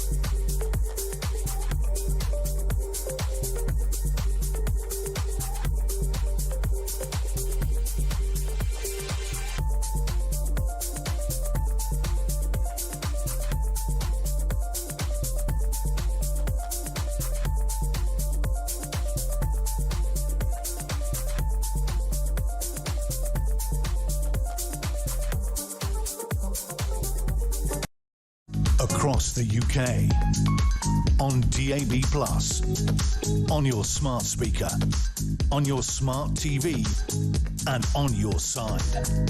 This is Talk. Now, folks, an extraordinary development there. Theo Usherwood, highly respected political commentator, predicting a likely election in 2027. That would be 2 years ahead of schedule as a result of the current problems, the headwinds facing this country and facing this Prime Minister. And Starmer will not lead the Labour Party into the next election. Your reaction, 0344 499 1000. The pressures on this government feature in today's Dolan's Dispatch at 8 a.m. The monologue is back. Appointment listening, appointment viewing. You won't want to miss it. But next up, Sir Keir Starmer is expected to announce digital ID cards for Brits in just days to help crack down on illegal immigration. Let's get reaction from Alan Miller, a very good friend of mine, co-founder of the Together Declaration, who came about during COVID as a result of the authoritarianism that impacted our lives so egregiously, and which, Alan Miller, will continue apace if we have digital ID cards. It will indeed, Mark. We've got a terrible situation where we have an already authoritarian regime that has had two-tier policing. We've seen in the previous incarnation and this one, debanking based on political views. We've seen an array of issues around the Online Safety Act. We've seen people arrested and imprisoned around ideas of non-crime hate incidents. And that's all before we have a central system that the state could decide to say, well, you've overstepped your carbon footprint, Mark, or you've said some things we don't agree with. Maybe you've gone on a march like Unite the Kingdom, or any other type of protest. The CEO of the Bank of International Settlements has said, with a central bank digital currency, we can track every single transaction. The idea that we're just to be monitored, that we're walking barcodes, that everyone is a potential criminal. We're seeing increasingly facial recognition in our streets. None of this was in any manifesto, Mark. It wasn't in a manifesto because if it had been put in, people would have challenged that and not voted for people. We've seen it turned down before in 2011. We're now told, well, we've got all these measures that are going to be protecting us. If we look around the world and in Britain, we've seen enormous data breaches, 160 million Americans in 2025 alone. We've seen in the UK what happened with Afghanis as well as our service personnel. The key thing, Mark, is this. We never agreed, and Winston Churchill dispensed with national identity cards after the war to free us all. The idea that all of us have to show our IDs because somehow it's going to stop the boats is preposterous. We know it's nonsense because the thing is, we've protected our borders for centuries.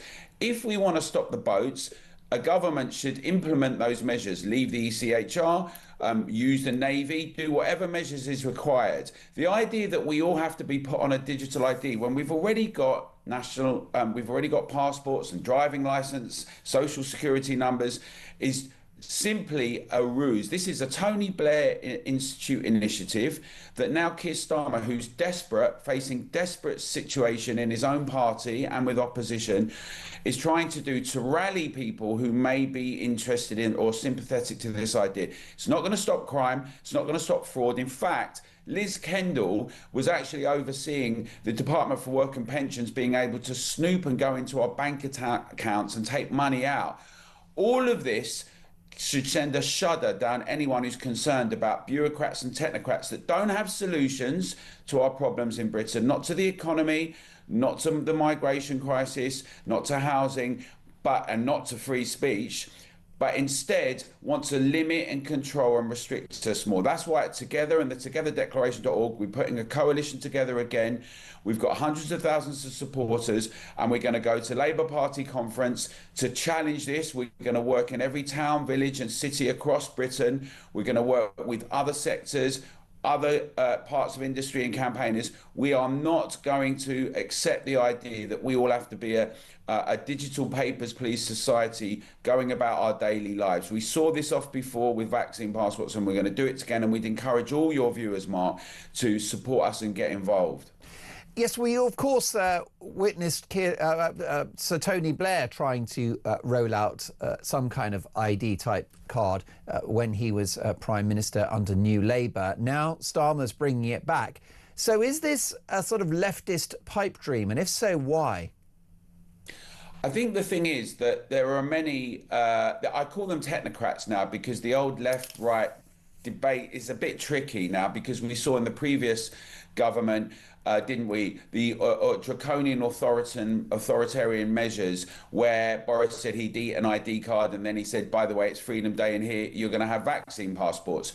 I think the problem is we've had a long time, 3 decades of technocrats that are estranged from the public generally. They think we're mad, bad and dangerous. They don't much trust us.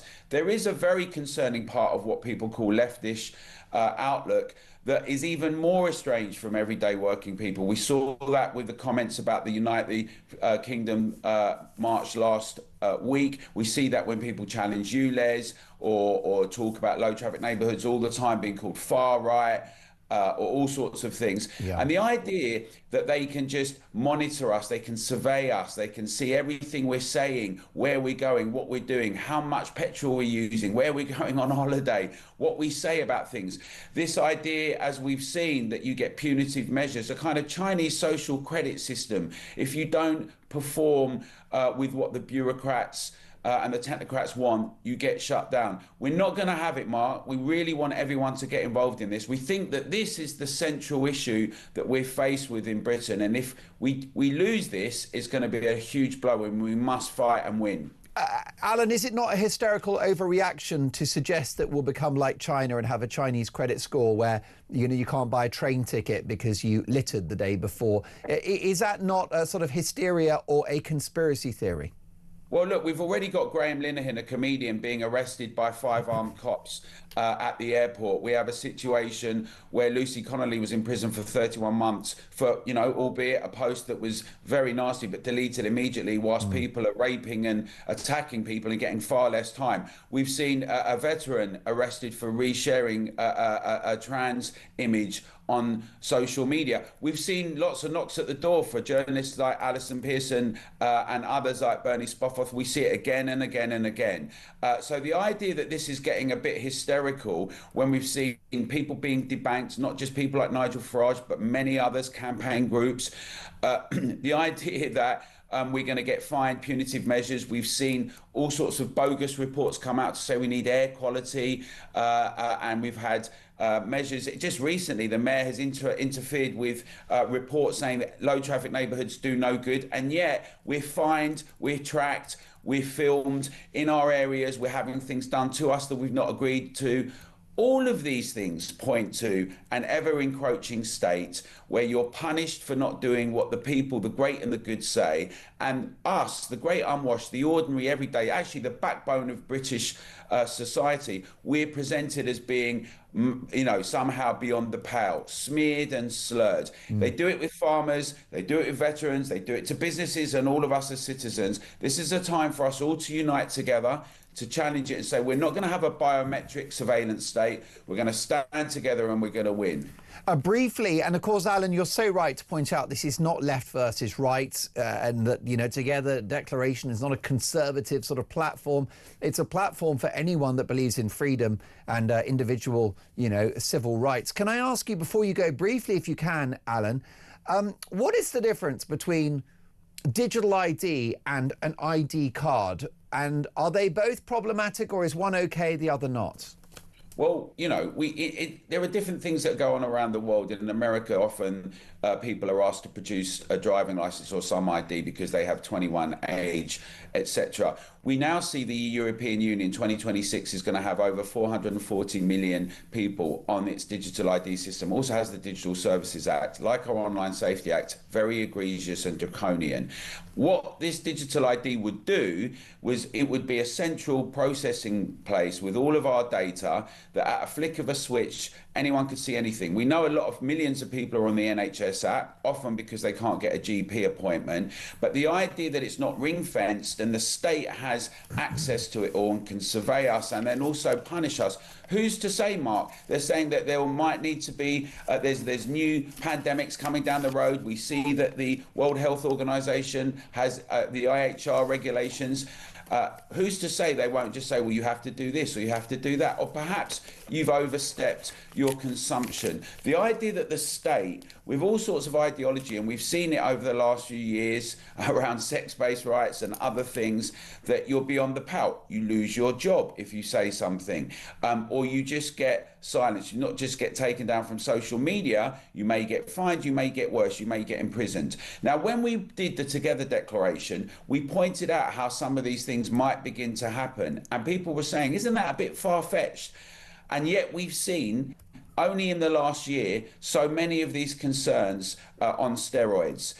So we're saying everyone should have a voice, push back, make sure that we keep the Britain that our ancestors fought for our privacy and freedom, make sure we keep it free together. Alan, wonderful to see you again, and thank you for speaking a lot of common sense. Alan Miller is the co-founder of the Together Declaration.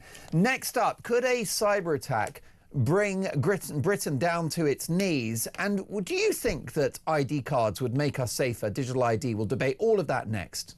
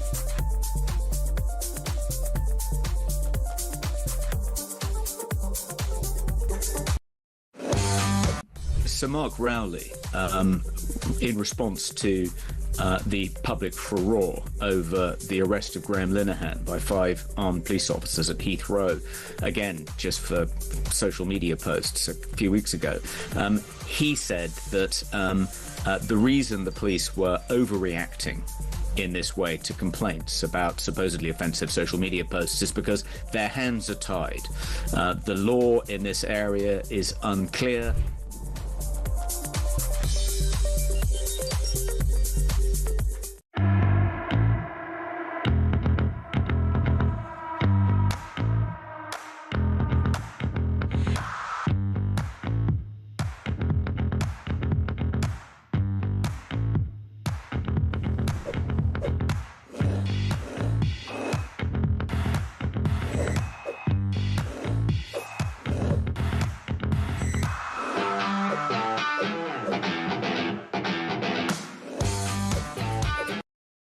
Across the UK, on DAB+, on your smart speaker, on your smart TV, and on your side. This is Talk. Well, as you may have heard, cyber attacks have crippled Heathrow Airport with hundreds of cancelled flights. Are these the dark future of this country? Could cyber attacks bring down significant infrastructure? How much of a threat to our national security is this problem? I'm delighted to welcome a very old friend of mine, security specialist Will Geddes. Hi, Will. Good morning, Mark. Thanks for the invite on the show today. It's great to see you. Listen, we know about these cyber attacks. They're not going to go away. Are they getting worse and more ambitious? Yes. Simple answer, Mark, they really are, because we have to look at what's been happening in terms of the cyberspace and the types of attacks which are being undertaken. A vast majority of these, Mark, are ransomware attacks.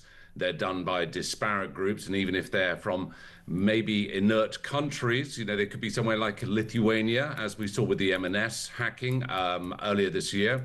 That doesn't mean that there isn't necessarily a hostile state that has sponsored them to do that. But for the airlines, and particularly this most current situation, Mark, with all these airlines being taken down and the self-service systems of check-in, getting your boarding pass, getting your baggage dispatched, that hits so many different places, so many different airports, that we've seen an increase in these types of attacks by 600% by almost this time last year. Well, look, it's a real worry. How exactly do these cyber attacks work? Who's doing them, and what resources do they have at their disposal? Okay, so that's good three parts, Mark. I'll try and break down for you. That's a 2-hour TED Talk, isn't it? Yeah, it's almost. So look, the first thing is a lot of these are ransomware attacks. They're not just disruption attacks in terms of just putting something into their systems or hacking the system to try and spoil it. It will be ransomware where it encrypts the system. It will probably conceal or hide or hold certain information which could be quite critical. And again, we don't know the fallout of this most recent one, whether there's sensitive passenger information that's being captured as well as obviously airline information. Now, the ransomware will quite often demand, as it says, a ransom, which will be paid. And as I will always say to my clients, and as I would always advise anybody, never ever pay a ransom if you can help it. Yeah. And the reason being is that whatever decryption key, that is the key to unlock that information that they're holding, more often than not, has an even bigger bug inside it or Trojan program inside it. Now, how it works, it will be quite often systems that are outside of a network or have to interface with a cloud-based software. And I'll try and keep this as simple as possible. But where it's end-to-end point encryption and it's end-to-end point integrity. And there needs to be reliance. And I think one thing that we've seen here, if there has been a hostile state actor behind this most recent attack, it could be for two reasons. It could be because the particular software that was attacked was by a company called Collins Aerospace that delivers basically this 300 different airports, 300 different airlines at 100 different airports. And it's the singular system that they're using. Now, it coincidentally means that also Collins Aerospace has just won a very large NATO contract. And read into that what you will. So they unfortunately have been subject to this attack. How you protect against it is you don't have one single point of failure. You've got to have resilience. And if this was an attack by a hostile state actor, it might have been to test the resilience. And bear in mind, airports also move NATO personnel. They don't just necessarily travel on commercial airlines, and also they move assets around, supplies around on commercial aircraft, albeit it could be, a large courier company. Okay, well, there you go. Last question briefly, Will, if you can. Companies are spending a lot of money to protect themselves. Is this another area in which the government need to invest more so that our national security is not curtailed? Well, there's two sides to that, Mark, and I'll try and keep it brief. The first side is obviously those that supply the government, and the government hopefully is doing its checks and balances on those third-party companies to make sure that they've got sufficient resilience in their systems. Yeah. For everybody else, again, it comes down to the basics, which is to back up your systems. Make sure they're constantly backed up. Make sure they're encrypted. Because if your system does get hacked, even if it's your laptop at home, and any one of us could be targeted on one of these attacks, then you can just scrub your system and reload your backup. Well, listen, I feel a lot safer because since we last spoke about security, I changed all my passwords to Will Geddes 99, and I've not had a single problem. Good luck with that, Mark. Will, listen, it was great to see you. Come and see us in the studio again soon. The outstanding security specialist and broadcaster and commentator, Will Geddes. What about ID cards? Would they make Britain safe? Of course, there's a distinction between ID cards and digital ID. But Starmer looks like he's going to roll out digital ID in the days ahead to stop illegal immigration. Will it work? Tony is in Southampton. Hello, Tony. Good morning. Firstly, sorry to correct you, but everywhere on the websites, the government websites, it's digital ID, not digital ID cards. Yeah. The migrants always used to get given a biometric pass card, and when they were given this card, it would include fingerprint data and everything. Yes. They've taken that away and created the e-visa for migrants and gave them a shiny new iPhone. Yeah. So the digital ID we're having is not a card, and you will need it to buy age-related items. So if you go to the shops to buy a knife, wine, you try to get into the cinema to see a film, you'll have to use your phone to access these things. The retailer is required to keep data on you. Yes, and for sure. The Data Access Act of 2025, he's got to keep all that data and give it to them if required. Even to buy shares. So if I buy oil shares or arms shares, if I buy shares in Hawker Siddeley, it'll register me down as being a arms-related person. That's pretty scary stuff, isn't it? It really is scary stuff. Do you think, though, the argument for digital ID is it will make us safer and it will stop people entering the country illegally? Are you having that? No, absolutely not. Because, we had a system, you already had a card, you had a biometric card, and it said no work permitted, no access to public funds. I've done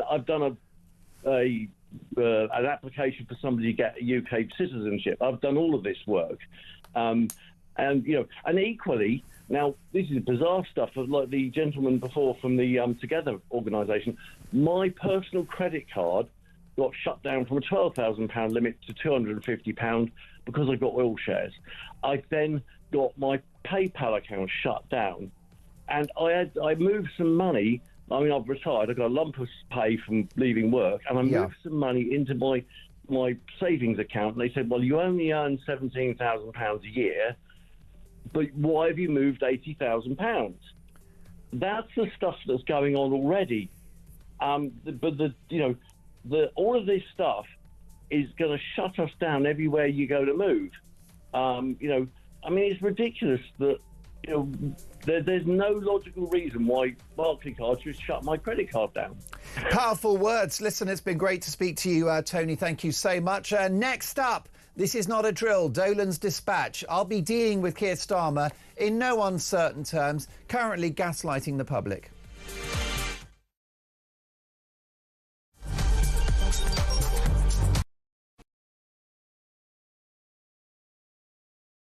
My message to people smugglers is this. I think smashing the gangs is a deterrent. Smash the gangs. Smash the people smuggling gangs. People smuggling puns. He couldn't even smash an avocado for a piece of toast. Or the people... What would that... The people...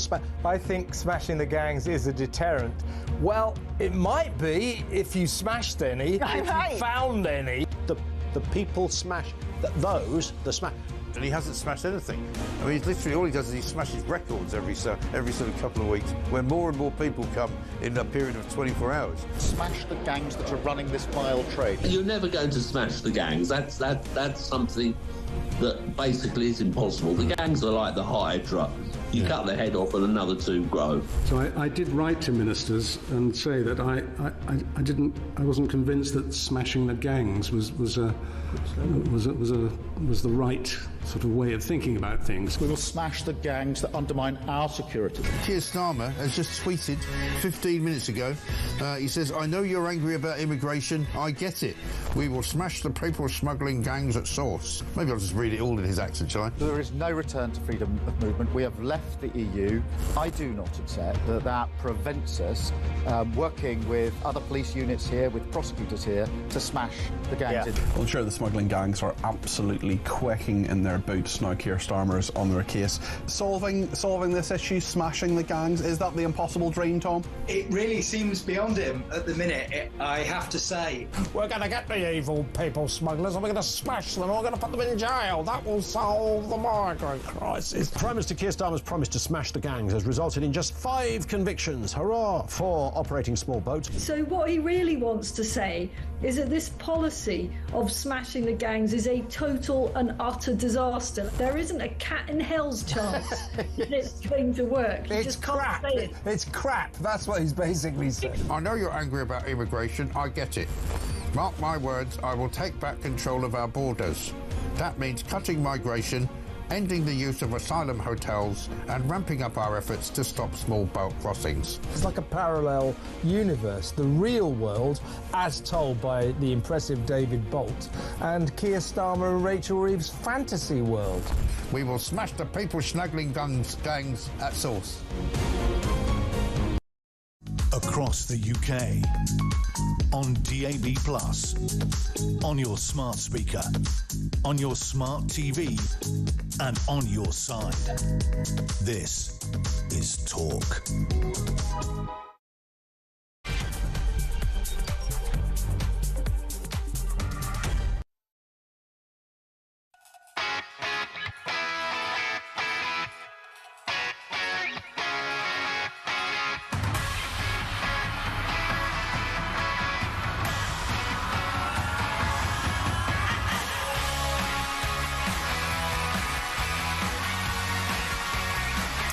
Well, a very happy Sunday, one and all. I'm Mark Dolan, and this is Talk Breakfast. A very big 2 hours for you today.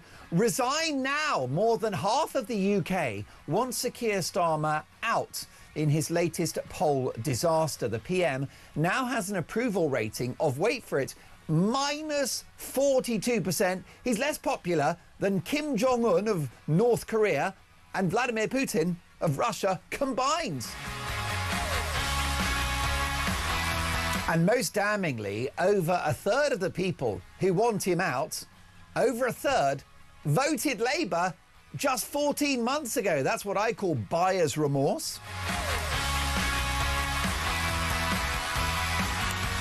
Plus, we've had a bombshell prediction from one of the most respected political journalists in the country, Theo Usherwood, who has said on this show just minutes ago that he doesn't think this government will last past 2027. He predicts an election the year after next, and it will not be fought by Sir Keir Starmer. So maybe we don't face 4 years of hell, but in the meantime, you've still got multiple decisions on the part of Number 10 that are ruffling feathers internationally, including the Prime Minister's decision to recognise Palestine. This could lead to the UK paying £2 trillion in reparations. And you won't believe this. The man famous for eating a bacon sandwich, as well as being the face of Britain's net zero nightmare, Ed Miliband, is plotting a comeback as Labour leader. You couldn't make it up. Well, I'll bring you more on a growing civil war within the governing party of this country as multiple high-profile figures line up to replace the Prime Minister. Meanwhile, the PM is expected to roll out digital ID in order, we are told, to tackle illegal immigration. Will it work? Are you convinced? Do you want it? Your opinions are my priority for the next 2 hours. 0344 499 1000. Text the word talk in your message to 87222, and let's do that. Let's talk.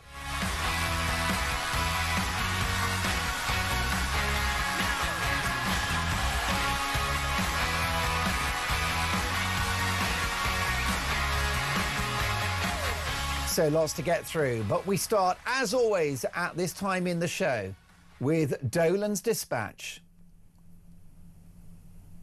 Two-tier Keir strikes again.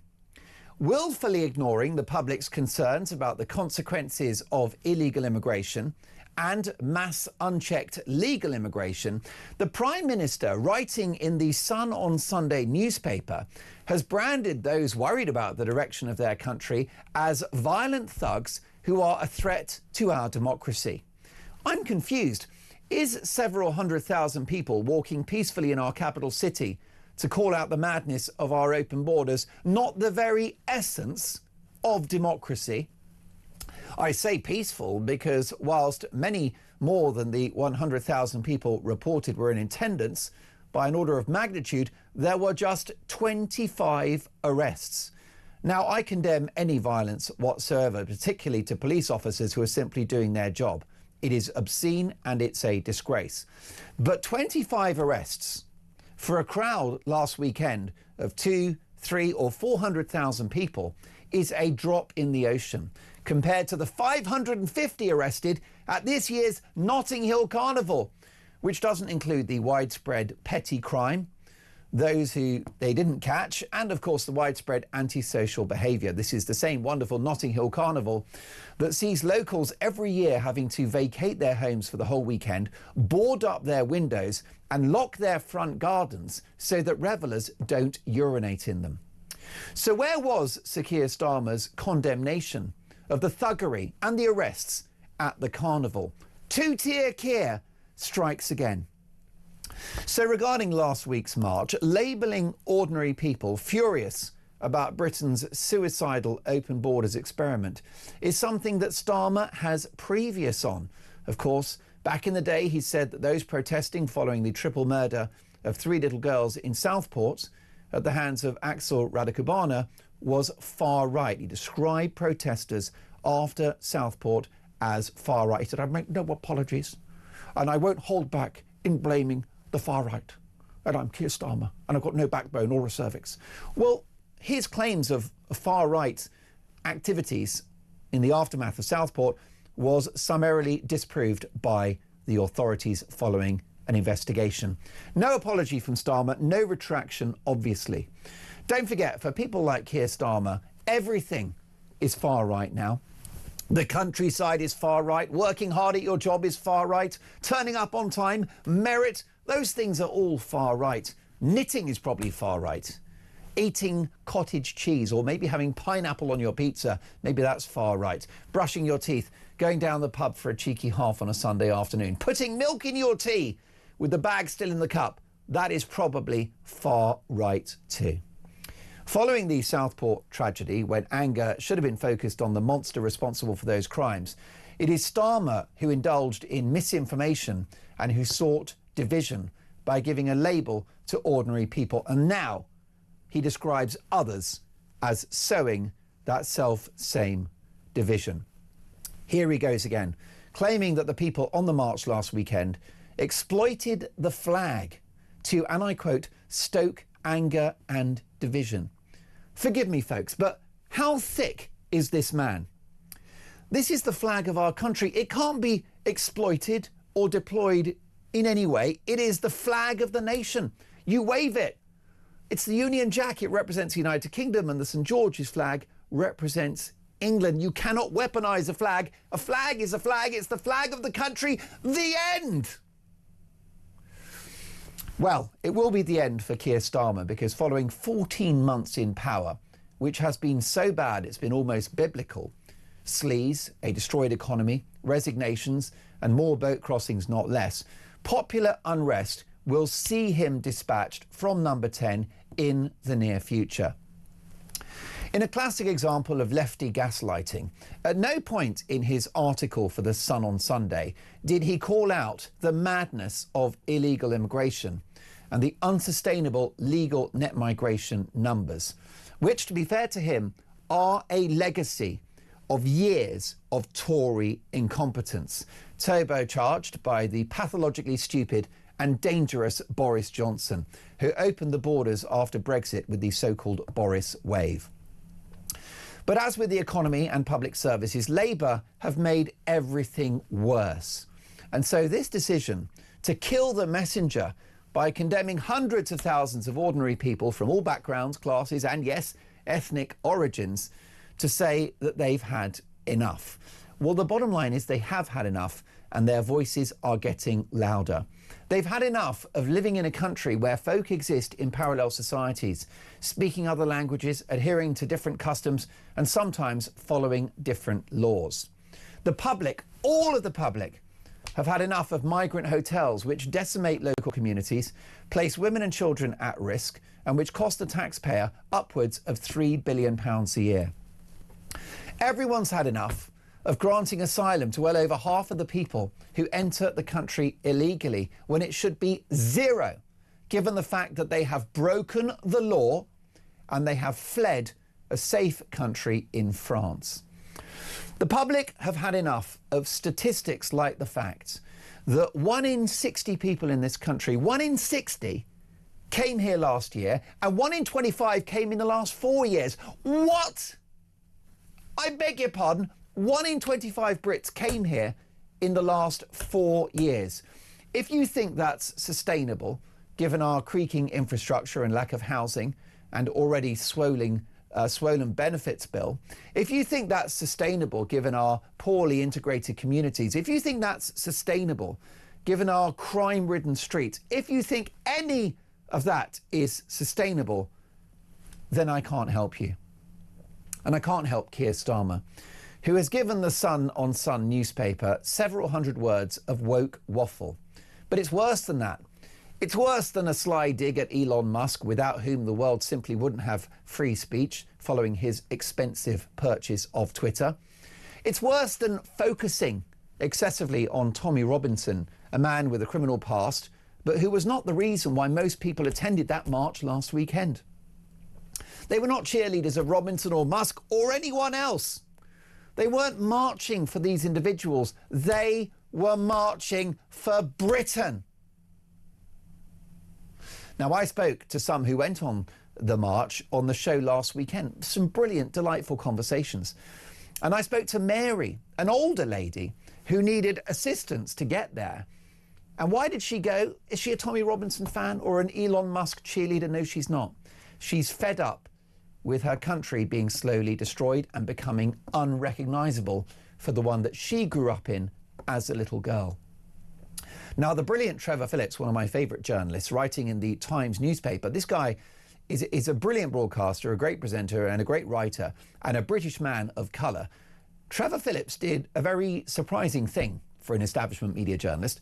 He actually went to the march and he talked to people. I know, what a crazy idea. It'll never catch on, will it? Talk to the people and listen to what they've got to say.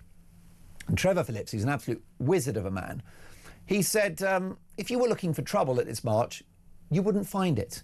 And he said, many of the people there were the kind of people that you would bump into in a country pub in the afternoon with their dogs, or queuing for a beer at half-time at a football match. In other words, he was saying that they were ordinary, good, honest, decent people. After a very embarrassing press conference in which Donald Trump this week showed all of us what a real and effective leader looks like, the leader of the free world, it was Trump, who had to lecture our Prime Minister on doing the things that we need to do, such as exploiting our natural resources in the North Sea, cutting taxes to grow the economy, controlling immigration and stopping the boats by any means, including the Navy. But Starmer has no interest in listening to Donald Trump, who's been absolutely right about immigration and ended it unilaterally in the United States. Starmer's got no interest in tackling this problem. No mention in his newspaper article today in The Sun on Sunday about the Egyptian asylum seeker who was jailed for attacking a woman in London's Hyde Park. And I use the word attack because I can't say the crime he did, because this is a family show and there are no doubt kids in the car, kids in the kitchen listening to this show right now. So I won't say the crime he did, but it's the worst kind of crime against a woman that you can imagine. You know what I'm talking about. So that's what he's done. He's attacked this innocent woman in Hyde Park. If that's not enough, it turns out that this monster is also a convicted Islamic terrorist. And these are the characters that we're welcoming into the country with open arms. And yet Starmer doesn't understand why people are angry. A convicted sex attacker and terrorist that comes to Britain. So, the story. I mean, the endless crimes against the people are just myriad. For example, the government spending billions flying Afghans to the UK to be protected from the Taliban and snapping up newly built flats in London that should be going to Londoners. Only for hundreds of those arriving to book flights back to Afghanistan to meet their family and to have a holiday. That's right. They flee Afghanistan in terror for their lives. They get asylum here and they go back to Afghanistan to go on holiday and do sunbathing and eat ice cream and purchase souvenirs. You couldn't make it up. They are laughing at us. The illegal immigrants are laughing at us. The fake asylum seekers, who are nothing more than economic migrants, are laughing at us. The lefty lawyers, the woke TV presenters like Gary Lineker, shielded from the consequences of their luxury beliefs, are laughing at us. And our own Prime Minister, who seeks to demonise a largely peaceful crowd who did the right thing last weekend and marched for their country, he is laughing at them. He's not just laughing at them, he's condemning them. They are dangerous, violent thugs. Now, any actual violence is reprehensible and, of course, is never the answer for political change. But we know that this latest rant from the PM is all about Starmer looking over his shoulder politically. He's not afraid of public violence. He's afraid of democracy because he knows that at the next election, he will be eviscerated, which is why he's decided in this article to label some of his political rivals, presumably Nigel Farage among them, as populist politicians. What does that even mean? What is a populist politician? Why is that even a label? I think it equates to being popular. And why are Reform UK popular and trashing Labour in the polls? Well, it's because unlike Starmer and his party, they are acknowledging public concerns about this rapidly declining country, where a caller to this programme last weekend told me that his town is now so dangerous that his 12-year-old daughter cannot meet up with her friends without him driving her there. And she said, "Daddy, why can't I get the bus or walk and see my friends?" He said, "Darling, I wish you could, but I'm afraid it's just too dangerous." Welcome to modern Britain. Sorry, Sir Keir, your labels don't work anymore. Your gaslighting of the public and your elitist world view is defunct and soon will be dispatched into the dustbin of political history. If you wanted to tackle the cause of last weekend's march, then it's very easy. You scrap the ECHR, you tear up the Refugee Convention and you repeal the Human Rights Act, and you call the head of the Navy, who you employ as Prime Minister, and you order him to turn those boats around. And what you also do is bring legal net migration down to sensible levels, at the very least below 100k and ideally below 50k. But it ain't going to happen because that does not fit his globalist vision, where we're told by woke technocrats in Brussels and beyond that immigration is an unalloyed good and that, yes, diversity is our strength and cottage cheese is racist. Of course, the right amount of immigration, with people that come here to work, adopt our values and traditions, to follow our laws and to speak our language, is and always has been a huge benefit to the country. I'm the son of immigrants myself. But that's not where we are right now. Large-scale, unchecked, mass legal and illegal immigration is the theft of a nation from its own people. Concerned Brits are not far right. They're not violent thugs. They're not weaponising the flag, whatever that means. They just want their country back. Let's get reaction now from Jackie in Oldham. Jackie, your reaction to the comments of Sir Keir Starmer in today's Sun on Sunday newspaper. Absolutely outrageous. This is a man that, if we look at his background, this is a man that spent his gap year in a communist camp in the Eastern Bloc. This is where he bides his time. This is a man that is a member of the Fabian Society, whose motto is wolf in sheep's clothing, and whose ethos is to introduce an evolution of communism. So this man is in no position to talk about the British public. The flag doesn't belong to politicians. The flag belongs to every British citizen in this country. And to demonise and smear and gaslight us, it won't work. We've had it for years. We've had it for years since Brexit, where we were demonised. And these protests will get bigger and bigger because our women and children are not safe. Louise Casey, in her review... The Casey review, yeah. Casey report. ...found that illegal migrants were part of grooming gangs. This is an emergency now, and people will not tolerate it. We were given rights by the Magna Carta, by the 1668 Bill, 88 Bill of Rights, that says that we should be safe, we should be free to live our lives. Yeah. Keir Starmer hasn't got the right to tell us about the flag, about that we are abusing the flag. The flag is our identity, and unfortunately, our identity is slipping before our eyes with mass migration. Well, here's the headline in page 2 of today's Sun on Sunday. It's a great edition of the paper today, I must admit. Keir don't use flag for hatred. What would you say to those, just to defend the Prime Minister, Jackie, if I can, what do you say to those criticising the march, given the fact that there possibly were some undesirables within on the march who we would condemn? What I would say is that it's always interesting that the people that speak against the desired narrative are the ones that undesirables are highlighted. They don't talk about the undesirables in the Palestinian marches. Yeah, that's true. They don't talk about the undesirables in the BLM marches where Keir Starmer took the knee. Yeah. So, but it's always the low-hanging fruit, the British people who are protesting peacefully and proudly because the country belongs to them, not to politicians. It belongs to them. And they are going to defend this country and object to what they are seeing happening before their eyes.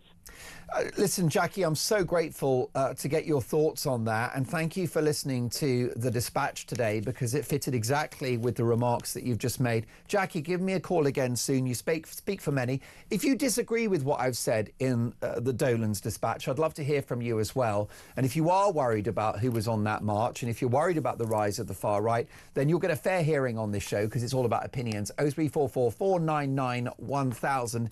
Next up, is an election coming in 2027?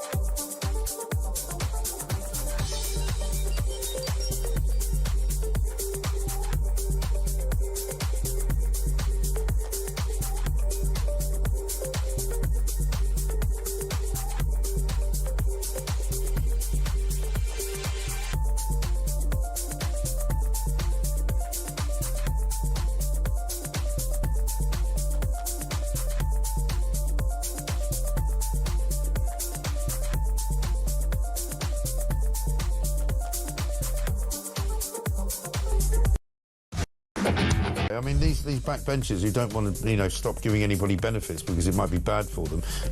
I mean, basically, much of this borrowing is presumably being spent just to pay back interest on previous borrowing. That's right. We're borrowing to pay the interest and to pay ever higher public sector pay rises, which is one of the main reasons that inflation is stubbornly high at 3.8%. That's what's worrying the Bank of England's Monetary Policy Committee. So we're in a doom loop.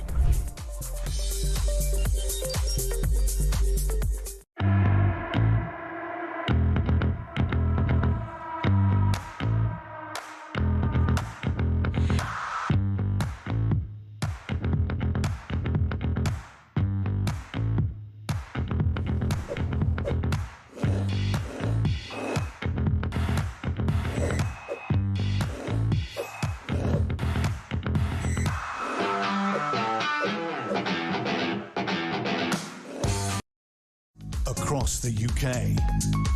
On DAB+, on your smart speaker, on your smart TV, and on your side. This is Talk. A big reaction to Dolan's dispatch. I believe that it was ill-advised of the Prime Minister to decide that what happened last weekend at the United Kingdom march was the weaponising of our flag. I don't think you can weaponise a flag. It's the flag of the country. End of story. But how about this? Michael says, morning, Mark. He says, Starmer saying don't use our flag for hatred. Is that exactly what he's doing? That clown needs to go, Michael from Suffolk. Alvin, Mark, massive migration, whether it be illegal or legal, is the theft of a nation from its natives. Brilliant stuff. Couldn't agree with you more. Dave says, Mark, I agree with all you're saying at your dispatch, except one thing. We are not welcoming the illegal immigrants with all of the unknown risks. Starmer, the Home Secretary, the Home Office, Border Force, immigration and human rights lawyers, charities and big business involved in the immigration industry are all welcoming illegal immigrants, but not us. We welcome genuine refugees, but not those who break the law to enter the country and to game the system. How about this, Lisa? Mark, what if the far right were there? They have the right to march as well. Don't Antifa and the far left also have protests? Stop starting up trouble. Listen, I'm going to get to more of your messages in just a moment, but for a big analysis of the day's big stories, I'm delighted to welcome the brilliant Paul Richards, former Labour advisor, and also a brand new friend of mine, because I've known Paul for many years, great broadcaster. We've got Peter Barnes, who's a political strategist. Hello, Peter. Hi, how you doing? I'm very, very well. Good. And listen, we're going to get into this. Theo Usherwood has dropped something of a bombshell this morning on the programme, and he is predicting, well, he said it's a certainty that Starmer will not fight the next election as leader of the Labour Party, which in itself would be a big story, but it's been usurped by an even bigger prediction, which is an election in 2027. Your reaction? I can see Theo's point. However, I'm not quite sure, because the mechanics of changing the Labour Party leader are actually quite complicated. It's not like the Tories where you just put the letters in and then you have a vote. There's a lot of different factions. There's a lot of different parts that all have to kind of line up together. And it's deliberately done like that so that one part doesn't have more power over the others. But I have to admit, it does feel like that, but I don't see it. I think he is going to last till the next general election, and I am not convinced that he's going to lose it, because what most people seem to be underestimating is what's known as the Rainbow Coalition. In other words, if all the progressive parties work together in some kind of electoral pact... SNP, Lib Dem, Greens. Yeah, if they all kind of agree, a loose agreement or a formal one or something like that, they can start to play the electoral politics game and force reform out of the Tories. Where's your bottle, Peter? Have you just thrown the towel in already? Oh, no, I'm an equal opportunity hater. I think you might need to go back downstairs, go back to Pret a Manger, have a latte, because I mean you're I guess a natural sort of supporter of the right. Yes. Yeah. And are you honestly waving the surrender flag? I mean, Reform are ahead in the polls, yes, by 100% over Labour and the Tories even. But you've also got to bank on the fact that Reform are going to make it to the next general election. Let's not forget that party and those people have a tendency to implode just before things happen. The history is not in their favour. They might be leading in the polls, but if you look at the internal problems, look at all the kind of catastrophes around policy. You had Zia Youssef, the hokey-cokey chairman. 1 minute he was in, 1 minute out. They all said he was thin-skinned, and now he's tired. What catastrophe over policy? Well, let's look at the fact that all of their policies are very popular. Yes, because it's on the surface level. Dig into the numbers, they don't make financial sense. You dig into the actual application, they're looking at things that are going to take over 12, 15 years. The idea that they're going to get into power and everything is going to be fixed is a fantasy. Are you calling my viewers and listeners stupid for supporting reform? No, I think it is they entirely obviously legitimate. Don't have the facts at their disposal. It's entirely legitimate to support reform. However, what I would say is they should start demanding more from reform and start more detail and more answers to the bigger questions. Paul, notwithstanding the that was quite a debut, wasn't it? The phones are sort of absolutely lighting up already. Of course, Peter, I'm pulling your leg because it is absolutely clear that, you know, today, at this moment in time, Reform UK are not ready for power, and that they would most likely need 4 years to tune up, have an infrastructure, have a policy platform that's costed, etc. But Paul, the biggest story, that is a red herring. Theo Usherwood is a great man, you know, and he's got a great analysis, but he's completely and totally wrong on this. And I would dare say constitutionally illiterate, certainly in terms of the Labour Party. Keir Starmer is the Prime Minister and will be at the next election. There's no reason for anyone to have an election before, what, 3.5 years away? Because in our system, you get elected and then you stay in power until the next election. So governments don't just fall away because they're temporarily unpopular. And for those two reasons, and also as Peter said, it's very hard to get rid of a sitting Labour Prime Minister because of our Labour Party 200 Labour backbenchers believe that they're toast. And that is the entire point. No. I predict that 200 Labour backbenchers will take the view that they're toast because and who's instead? They are toast already. And they're talking about Andy Burnham. He's not even a member of Parliament. He's doing a very good job. They managed to rather brilliantly kind of outmaneuver him by the two people in his area. I think it's Stringer and Gwynn. Andrew Gwynn. One of them was supposed to kind of take a step back, and Burnham was going to come in. They've been able to say no, we're not going anywhere. They've been able to block Burnham pretty easily. And also, let's be realistic. It was very hard for Labour to win a by-election at the moment. So the idea that Andy Burnham is the king over the water. I remember him when he was a Blairite special advisor back in the day. You know, the idea he's now king of the north. Yeah, I was going to say that's a nonsense. So there is no one in the wings. Agreed. There's no way of getting rid of him, and he'll fight the next election. This is glib. I mean, his approval ratings. You're wrong. His approval ratings are -42. But this is the point. The economy is tanking. Yeah, but this is the point. It's not about the polling rating. It's about the confidence of the Prime Minister comes from the House of Commons, not from a poll. So it's all about those MPs forcing a vote of no confidence and forcing him out. There's also no love lost for Starmer at the best of times within the Parliamentary Labour Party. But they are less likely to kind of collapse their own government. Most of those MPs you've identified, by the way, won their seats because of Keir Starmer. They are the people. That doesn't mean they agree with him, does it? No, but they know they owe their seat to his leadership and his victory. And don't forget, also, Labour won on 33% of the vote. On a very low turnout. On a low turnout, but by superb targeting, absolutely rigorous targeting of the seats where you needed to win, and as a result, got over the line. And that's how. You're right. It can go either way. It could be a total wipeout for the Labour Party in the next election, or it could be another majority government. It would be very different, though, if they had a single figure, like a kind of this is the person taking over, because it seems to be Andy Burnham and all these other people getting involved. Absolutely. It muddies the water and it kind of. And with Tony, Gordon was in the wings, right? But this time there is no obvious successor, so he'll be there forever. Digital ID, will it make us safer? We'll debate that next.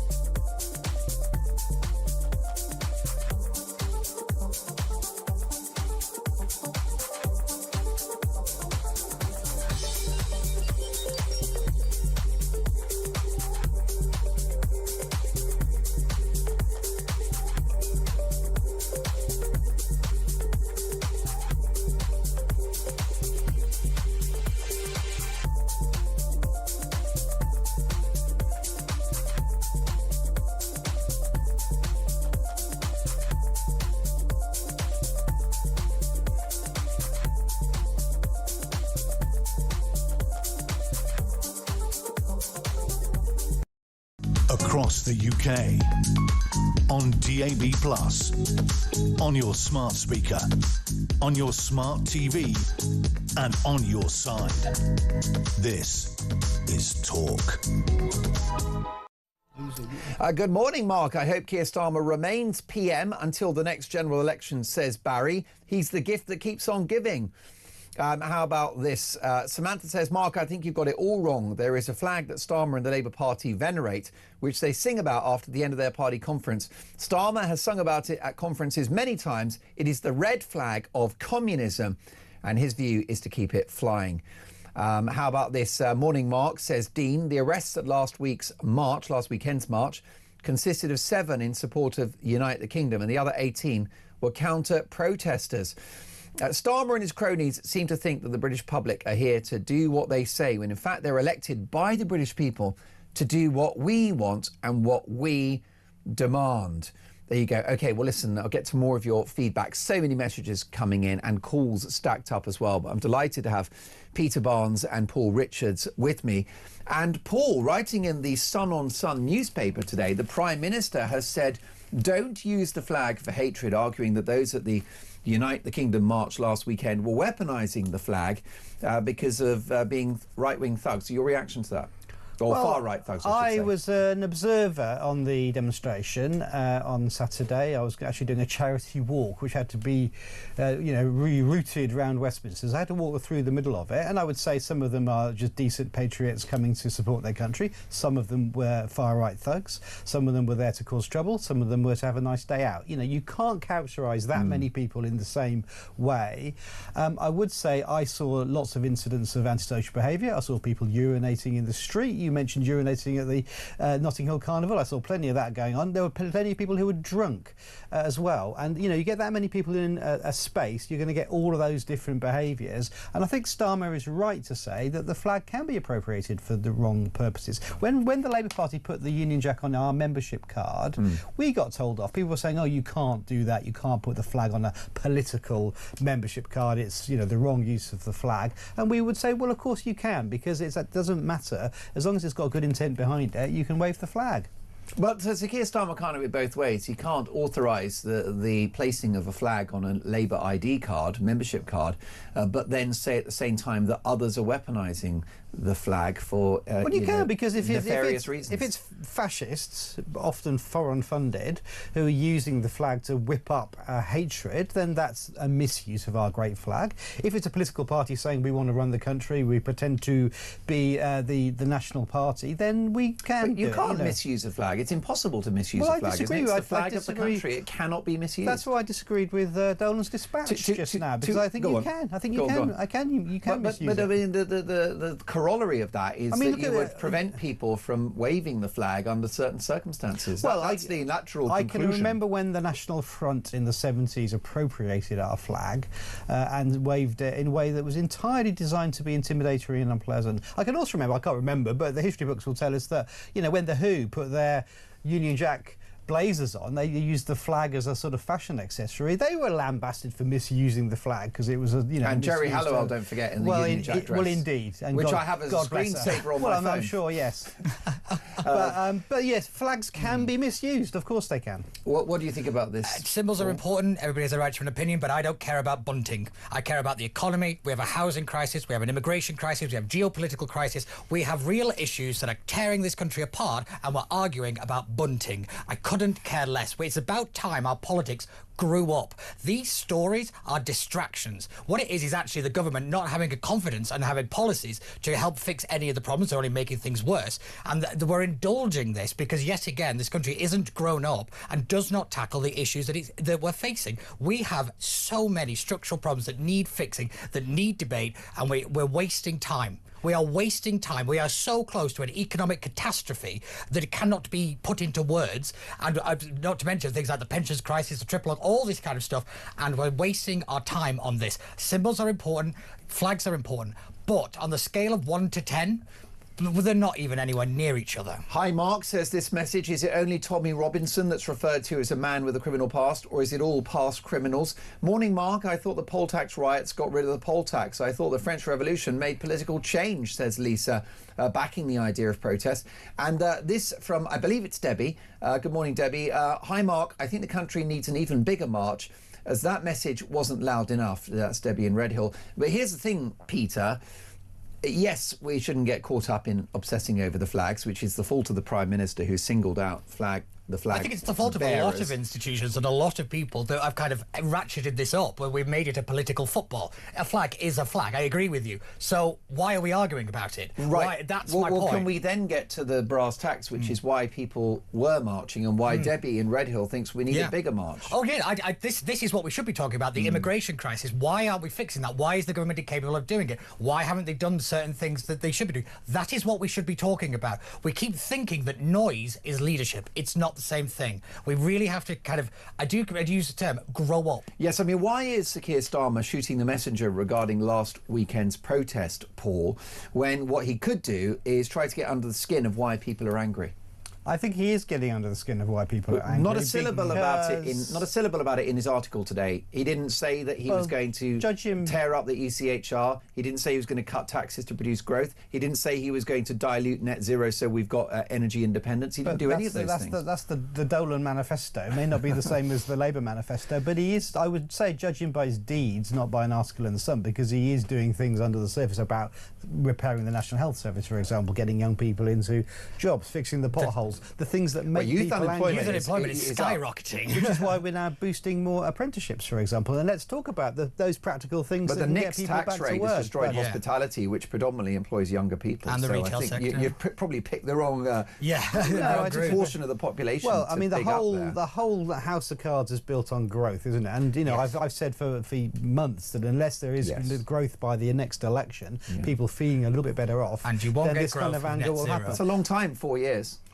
Well, it's when a long-term project. Well, look at the mess they were trying to clear up. You know, it is something that's going to take time. Well, an uptick in the economy. If you really want to get growth, you scrap net zero. You cannot. No civilization in history has ever been able to push forward with high energy costs. You simply can't. And it is Ed Miliband and these nutcases that are strangling this country. That is what they're doing, and they're doing it through ideology, not through science. And you can see, actually, the story in the papers today, isn't it, about Labour looks to water down North Sea drilling. They say water down. So, it's called U-turning. Maybe there will be some. Are you not disappointed by the performance of this government and by the performance of our Prime Minister?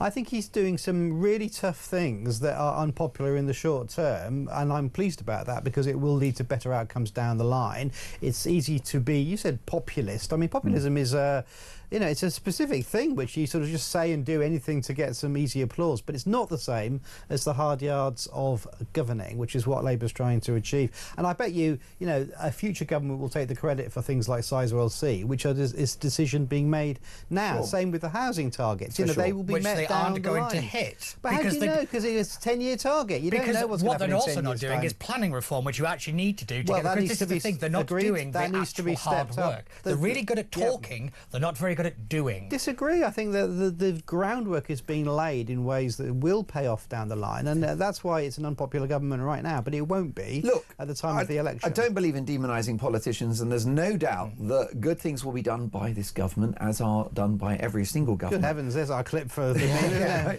It's a fact. Grief. It's nothing worse. What a concession. There's nothing worse or more anti-intellectual than tribal politicking. My great issue with Sir Keir Starmer is the detail of the policies, not his rather wooden persona. That's fine. It's not a beauty contest. It's politics and it's a serious matter. But this is where I think, you know, you as a Labour supporter ought to be concerned, because what you'd like is a decade of change that we saw under New Labour. I personally voted for Tony Blair 3 times because what you had was a sort of progressive left of centre programme, but which was very business friendly. We had growth. And every quarter we had investment in public services. And if you look at, you know, London, the city that it is now, Manchester, Glasgow and others, you know, a lot of progress was made in those years. Agreed. That's not what we're seeing now, is it?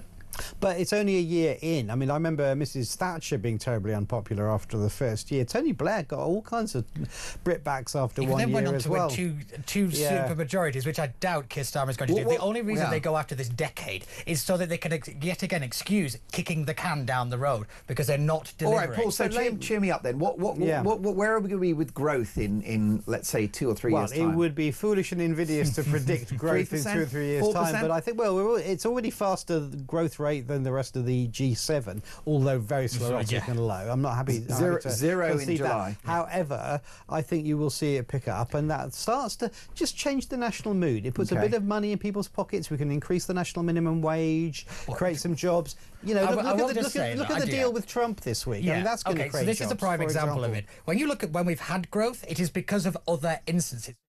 Tariffs, for example, they actually led to growth because people were getting the big item tickets that they needed to buy for the next thing before the tariffs hit. That is why we had growth. It had nothing to do with the government. The government has not impacted the economy. What about the trade apart deals, from it, the trade deals, the worst growth. deal than we've had. India is America? our worst deals. Rubbish. Each individual one. Fantastic. Each individual one is worse than the deals we had before. The deal with America is definitely going to increase. It is absolutely growth. abhorrent. Even this new one, it just makes us the warehouse.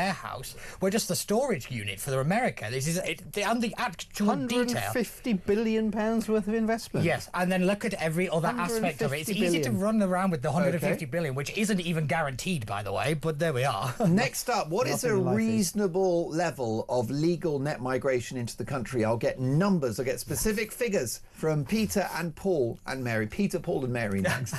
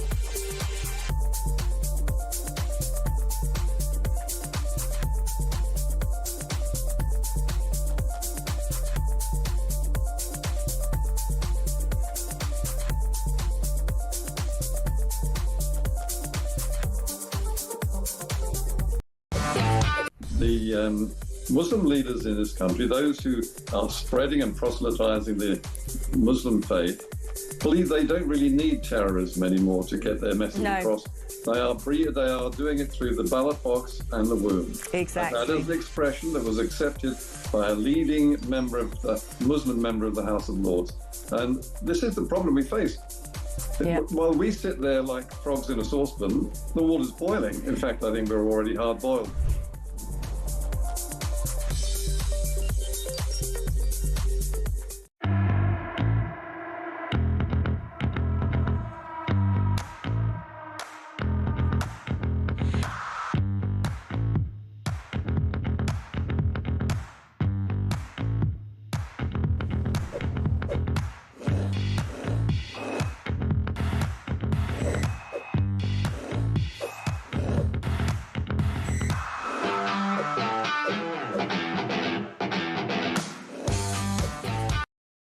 Across the UK, on DAB+, on your smart speaker, on your smart TV, and on your side. This is Talk. A couple of texters. Mark, we did go for Tommy Robinson last weekend. Get that in your scruffy head. I will say the hairdryer has not made contact with my hair today. But listen, if you want to know how I look and my beautiful guests look, then why don't you check us out on YouTube? Because we're on the radio. Of course we are. We're in-app. We're online. And you can just jump on YouTube and search talkTV and you will find us right there. The only truth, says Sue in Beverley, the only time that Starmer told the truth was when he said he preferred Davos to Westminster. Deb says, hi Mark, great monologue this morning, great Dolan's dispatch. Regarding the arrests last Saturday, it was reported on Talk a few days ago that of those 25 arrests, only 8 were from the peaceful march, the rest were from counter-protesters from the far left. Important to emphasise this each time the number of arrests are mentioned. Deb, I agree, and I would argue that 27 in itself, for that many people, is a trivial figure. If you're not far right, then you're just plain wrong, says Andrew in Norwich. And Andy says, Mark, Starmer is either thick as a brick or just purposefully not listening. So not infuriating his Muslim vote base. A great show. OK, well, look, it's all about opinions. Keep them coming. But let me ask you, gentlemen, I'll start with you, Peter Barnes. What is an appropriate level of legal net migration into the country? Do you want to give me a number? Oh, no, I won't give you a number. But what I will... a politician these days. I know, yes, I know. It's because I sit in this chair too often and I'm learning. But what I will say is we need to actually have the original kind of Australian-style point system. I don't know where that went. Do you know, where we might have a shortage of people of a particular skill, we bring them in. I do not understand how that just got watered down into this anybody can come. Do not get me wrong, the Conservatives were appalling on this. But the Labour Party have done the classic, hold my beer, I'm going to make this worse. Because you look at when Starmer came into office, the immigration issue on legal and illegal, it went up, and it went up by a significant amount, particularly when he scrapped Rwanda. When he scrapped the Rwanda deal, that was the moment where everything changed, because it was petty politics, and it was showing that even without the flight, it was having an effect. Very self-destructive move on the part of Keir Starmer to scrap Rwanda, given that the Irish Taoiseach complained that it was working before it even started, Paul. Do you think that was a strategic error? What can you... See if you can guess what I'm going to say about Rwanda. Well, look, I can't read your mind. You're a man of deep thought and complex... I'm going to tell you that it was a complete gimmick. It was a complete waste of money. I think only 4 volunteers ended up going there anyway. It didn't deter anybody. And more of Tory Home Secretaries went to Rwanda than illegal immigrants. It was just an absolute red herring. Are you contradicting the Irish Taoiseach who complained about Rwanda? Yes, there's also doing that. Yes, there was the Austrian Chancellor, there was the American President, there was the Norwegian President, who have all said that this is the way it's going. No, but then why have other countries done it? Where's the deterrent now? Well, the one in, one out is starting to deter. Smashing the gangs, smashing the gangs will do that as well. You know, if there was a single simple thing you could do, Mark, we would do it, but it's lots of different things you need to do all at once. There is the simple thing to do. What you do is you start to deconstruct the legal framework. So it's pull out the ECHR, pull out of the Refugee Convention, pull out of the UN. I think there's going to be a national conversation around that. Yes. I think we've got an exclusive here. Well, you saw Are Labour going to look at the ECHR? Yes, we are. And I think you saw David Blunkett flagging this. You saw Jack Straw doing this. And these are trails. These are ramping up to a debate, I think, that will now happen to say if the law is an ass and if the law is blocking what the public wants, then you have to reform it. I don't think it's about throwing the baby out with the bathwater. Because there are guarantees, certain freedoms within that we all share and would want. But if these judges are, stopping policy from being enacted, then you have to look again, and I think that's what's going to happen. What's a good figure for legal net migration in the country? No chance. Nice try. I would have illegal immigration at 0 and legal net migration at 100k as in but law. Surely, I think Peter's point is well made. Though it needs to be based on who's coming in and what skills do we need. It's for the economy, isn't it? But the public would love a number, and actually, I'd love them to let me know. But the Tories did this, didn't they? They said we'll be a certain number, then you missed the number. Well, they missed the number. They were blinking awful. And they should have been held accountable for that, but then they went on to keep winning general elections, which I've never quite understood. But what I completely agree with you is that a number isn't feasible, because what you're doing is you're binding the hands of a government for potential of 5 years, which you can't do. You're It's just staring into the ridiculous. souls of millions Yeah. of people all over the world who may or may not be deciding to emigrate to the United Kingdom. How do we know? How do we know how many people are There deciding is also that, a secondary point to this, is actually we don't have joined up government, so our immigration services should be linked to our education services, so we should actually be filling the gaps and training people to take the jobs that we need and have a more strategic focus of where we're putting the money to fill the skills gap rather than importing people to fill it. What we're not doing is the secondary bit to kind of usher the people who are from here and live here to get into those jobs that we need. And with an ageing population, we need people to pay the taxes and do the work. Even Japan is coming to this. You know, they're now importing Well, exactly. people. But I get that's the way of the world, I'm afraid. I'd get the 6 or 7 million people who are of working age, not active in the economy, and I'd get them out of bed and I'd get them in the care homes, in the NHS and beyond, and cleaning the streets. But Paul, listen, let's end on some very good news, which is that Jeremy Corbyn seems to have lost his magic touch as a politician. I know, Magic grandpa. The halo has slipped. What's going on? I mean, you could have predicted this, of course, and we all did, didn't we? But if you put that many egos in a room, they're all going to start fighting like rats in a sack. So the Tsar Sultana and Jeremy Corbyn were supposed to be launching a party to take over from the Labour Party on the left. It's descended into a acrimonious legal battle. There are defamation suits flying back and forth. People are denouncing each other like in Stalin's Russia.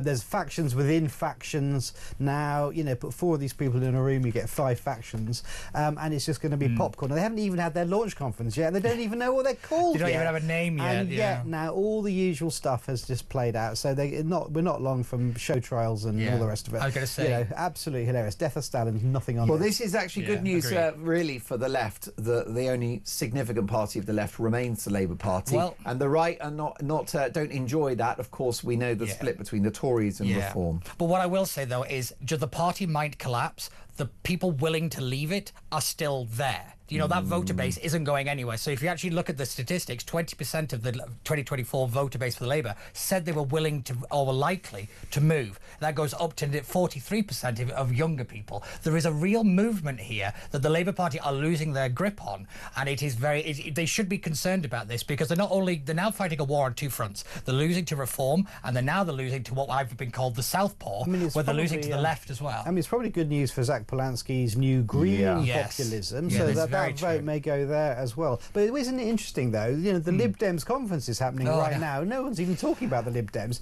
You know, he could abseil. Ed Davey could abseil down Big Ben playing the banjo, and nobody would even care. Briefly, the Lib Dems will scoop a lot of seats in the south of England at the next election. They'll chip away at the Tories. And it could be that they hold the balance of power at the next election. The rural seats that the Labour Party took at the last general election. It's entirely possible. But they've had 72 MPs in post now for over a year. They've made no difference. Yeah, exactly. No impact on our conversation or our politics at all. Well, listen, I'm so delighted to meet you, Peter Barnes. We'll catch up again soon. Political strategist and very old friend of mine, the marvellous Paul Richards. Paul, good luck with the charity marathon that you're doing next weekend. Thank you very much. You put us all to shame. For Macmillan Cancer. Macmillan Cancer, that's an excellent. That's a cause we can all unite behind. Folks, a very busy hour to come. A general election in 2027, if it happens, who's going to win? I'll be asking Neil and Christine Hamilton next.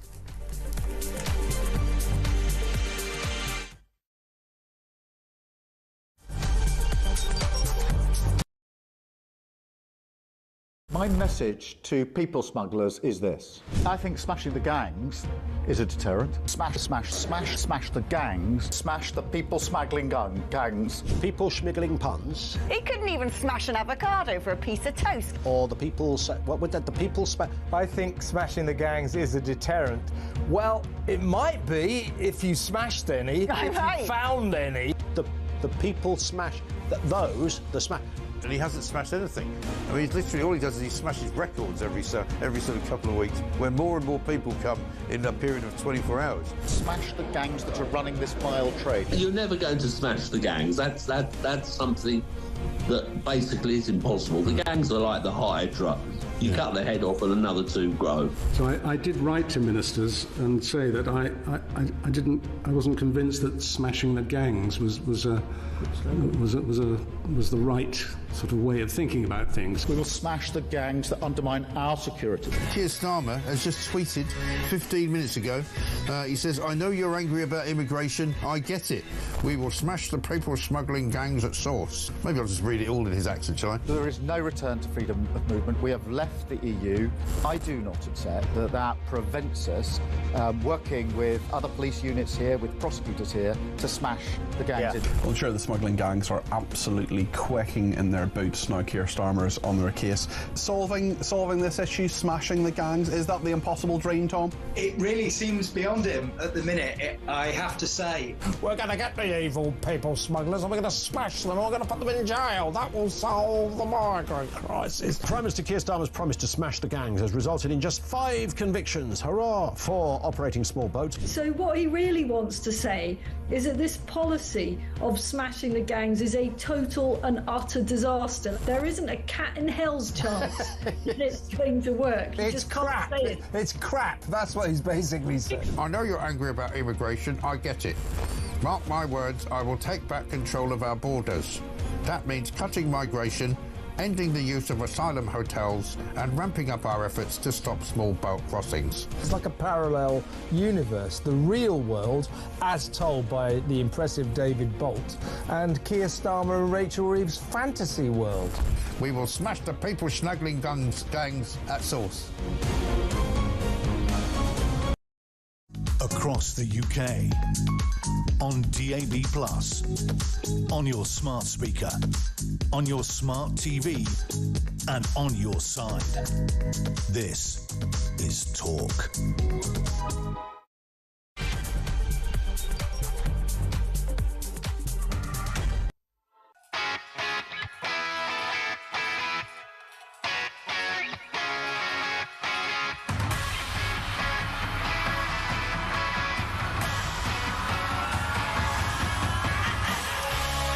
I'm Mark Dolan and this is Talk Breakfast. A big hour to come. Resign now. More than half of the UK wants Sir Keir Starmer out in his latest poll disaster. The PM now has an approval rating of -42. Over a third of the people who want him out voted Labour just 14 months ago. That's what I call buyer's remorse. And a bombshell development in today's show with a leading political commentator predicting a snap election in 2027 and not led by Keir Starmer in number 10, but a replacement coming in to lead the Labour Party. Who would you like to see replacing Sir Keir Starmer? Would it make a difference to your vote at the next election, which could be sooner than anticipated?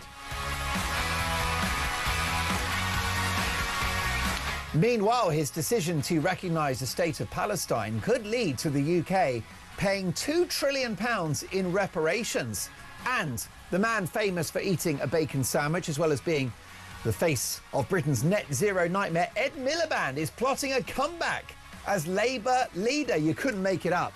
Well, I'll bring you more on a growing civil war within the governing party of this country as multiple high-profile figures line up to replace the Prime Minister. And Keir Starmer is expected to roll out digital ID in the coming days in order to tackle illegal immigration. Are you convinced? Will it make us safer, or is it an assault on our fundamental freedoms?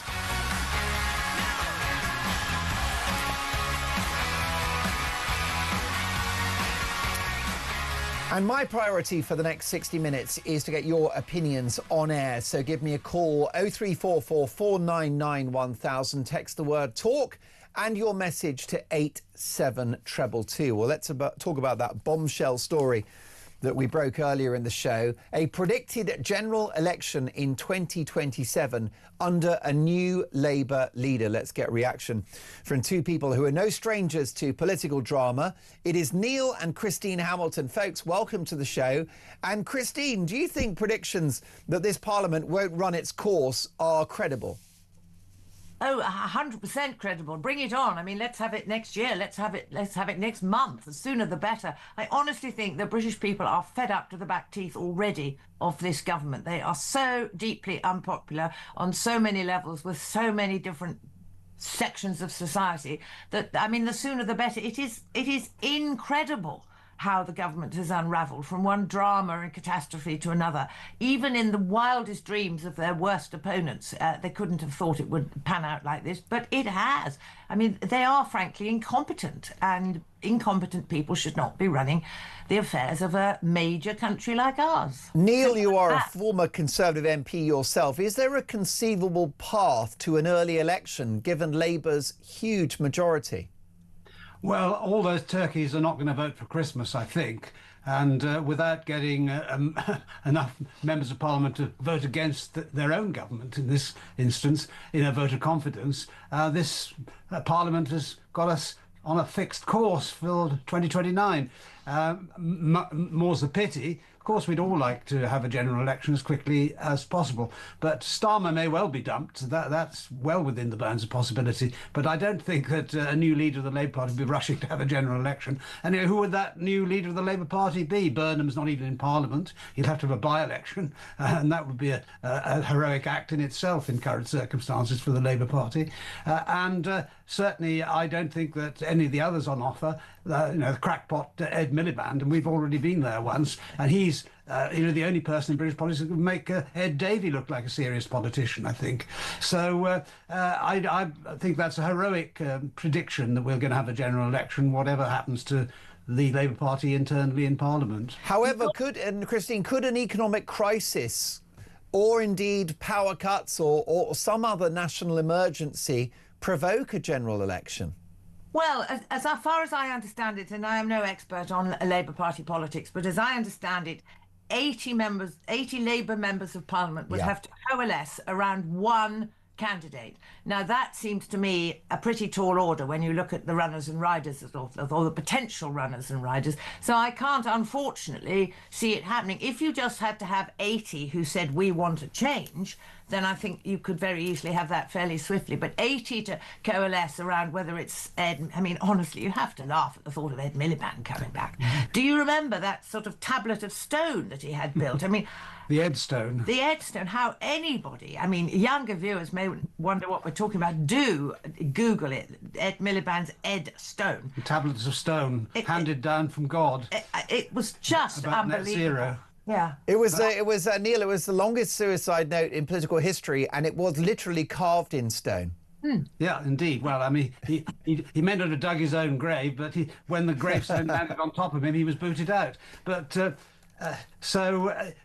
one way in which you might possibly, within the bounds of credibility, provoke a collapse of this government is if enough Labour MPs thought that the only way they could save their skins was by going over to a Corbynite party and in their constituencies they would be likely to win, because we are seeing fractured politics like never before in this country, where people are voting on identitarian politics, and it's because you're from Bangladesh or Pakistan or your heritage is or whatever, and because you're Muslim, that's your prime motivating force. How are you going to put your X on the ballot paper? Well, there may be a few dozen of those, but I don't think it'd be quite enough to dislodge a government with a majority of 150 or whatever it now is. Well, Neil, as the former leader of UKIP, let me show you a headline in today's Sun on Sunday newspaper. Sir Keir Starmer, don't use flag for hatred. And this is the Prime Minister writing exclusively for the Sun on Sunday. It's a great scoop for them to have the Premier writing for them. But he's condemned those on the Unite the Kingdom March last weekend as violent thugs who are weaponising the flag as a form of division and potentially a sort of far-right extremism. Your reaction? Well, it's pathetic, isn't it? It's just an attempt to deflect attention from the total failure of the entire political class in this country to control our borders and to stop the displacement of our population, which is exactly what is happening here. And the idea that just because people wave the Union flag or the Cross of St George flag, that they're far right, whatever that means, and it's just a boo word, means nothing at all, is just complete nonsense. How many millions of people are now on the far right by Keir Starmer's definition? Certainly there are a lot more than are on the far wrong, which is his party. Nicely put, Christine. I find it absolutely grotesque the way he tries to slur and smear ordinary, decent British English people. English if they're flying the St George's flag, British if they're flying the Union flag. I mean, you know, that's me, for heaven's sake. I would be very happy to march through London with probably a Union flag, because I got a bit of Welsh blood in me, and that is the best flag, of course, the Welsh flag. But I think it's absolutely grotesque, and as Neil says, the way they fling out, whether it's Nazi, fascist, far right, whatever, they do it without thinking. They don't even know what it means, and it's been so used so often, it frankly means nothing. I mean, we are all far right. We've all seen the sort of people who turned up in London in the marches in the last 2 or 3 weeks. They're grannies, they're children, they're perfectly normal people trying to make their way in this difficult, difficult world. The idea that they're far right is a grotesque insult. I mean, it's a defamation, really, isn't it, upon ordinary people in this country? A slander by the Prime Minister because he's being rejected by the vast majority of the population. For decades, opinion polls have shown us that the public at large, 60-70%, want immigration to be strictly controlled, and governments of all parties, the coalition, Liberals and Tories from 2010, and the Labour Party from 1997, have all been completely dominated by people who want to open the floodgates. Boris Johnson was the worst of the lot, frankly. Yeah.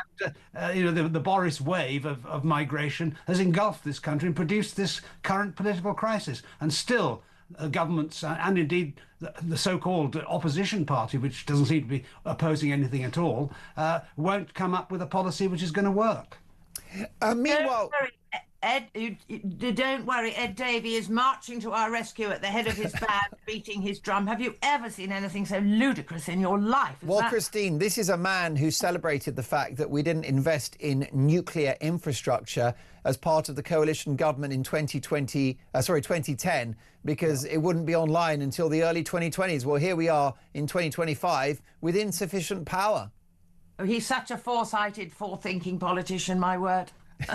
Christine, Bridget Phillipson, the Education Secretary, is going to charge private schools up to 3 times more for Ofsted inspections under a fresh raid on the independent sector. Why does that matter to my viewers and listeners? Well, because it's a further attack on private schools, and OK, we know where she's coming from. She's trying to become deputy leader of the Labour Party, and this is a flag, a morsel, whatever you want to call it, thrown out for the people she hopes will vote for her. Let's attack the wealthy, let's attack the privileged.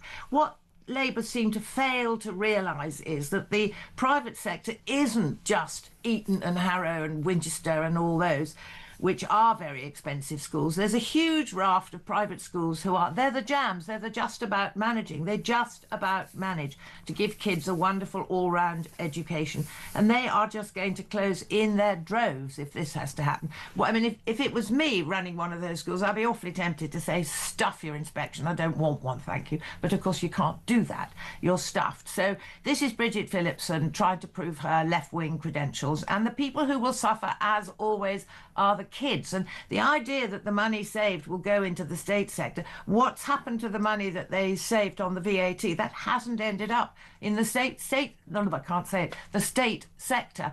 And it's horrific, frankly. But there we are. That is the Labour government. Yeah, we're the only country in the world that has put a tax on education. I think that's the most monstrous thing. And Bridget Phillipson is a nasty, vicious, vinegary-faced person who is bent... Get off that fence, Neil. Don't be personal. Purely... Oh, well, she looks as though she has a pint of vinegar for breakfast. But her role here is purely to destroy, not to create. I mean, we should celebrate in this country people who pay extra for their children's education, rather than what we're doing, which is the reverse. Because what the parents are doing in paying these school fees is relieving any burden on our education system. They're paying twice for their children's education. First of all, through taxation, which they can't avoid, and secondly, on top, they want to have their children educated according to what they think is best for them, not what Bridget Phillotson thinks is best for them. And that seems to be something to celebrate, not a very concerning loophole which is being exploited by illegal immigrants. We're going to expose that next in the company of the Hamiltons. You will be shocked. Don't go anywhere.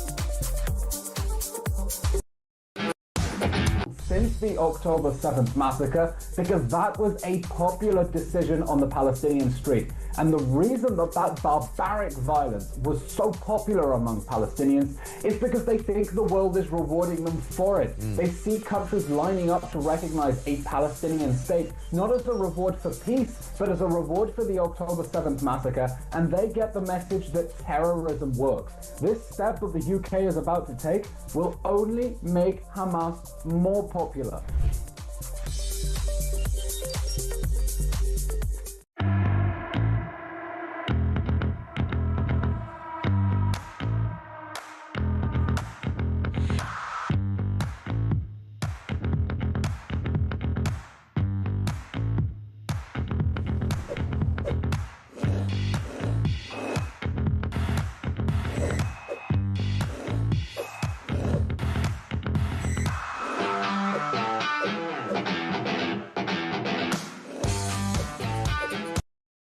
Across the UK, on DAB+, on your smart speaker, on your smart TV, and on your side. This is Talk. Now, the number of people applying for PIP, a tax-free point-based score assessment based upon helping those with long-term physical or mental illness, is set to explode. PIP payments are expected to double from 2 million to 4.3 million, combined with the number of people on universal credit, 7.9 million, the highest level it's ever been. This could cost the government in excess of £150 billion a year. This is not sustainable, is it, Neil Hamilton? It's not sustainable. You know, we've got a flatlining economy which is likely to go into reverse in the coming years as our population outstrips our capacity to produce. Productivity is falling. So, of course, government revenues are going to fall relative to their expenditure as well. And what's the name? Rachel Reeves. Rachel from Complaints. Is she a vinegar drinker as well? Yeah, exactly. Well, they all look the same, really, don't they? But she's going to be taken out of context already. Yeah, that raising taxes is not actually going to raise any more revenue because people change their behaviour to accommodate the rise in taxes, so these huge sums of money are just not going to be there. So the government is going to be forced to take the hard decisions that they've ducked hitherto, or else we'll be back to 1976 with an IMF bailout. Well, yes. I mean, Christine, whoever wins the next election, we're going to have a grown-up conversation about the size and scope of the state, aren't we? Well, absolutely. I mean, it is quite extraordinary how easily people can get these PIP payments nowadays. And young people just say, I'm a bit anxious. And lo and behold, they get a PIP payment. And then if you get a couple of benefits, you are earning more than if you've got a job. I think it's Yes. £2,500. It is. That's right. And a year. Outpacing the minimum wage. Yeah. Yeah, the national minimum wage is 22,500 after tax, and you can get a combination of universal credit and personal independence payments, which will give you 25,000 a year or more. About 2,500 difference. That's what I was trying to say. Yes, difference. I thought you meant it was 2,500 a year. No. Good heavens, no. If only it was, there might not be so many takers. But what annoys me is we all have anxious lives sooner or later.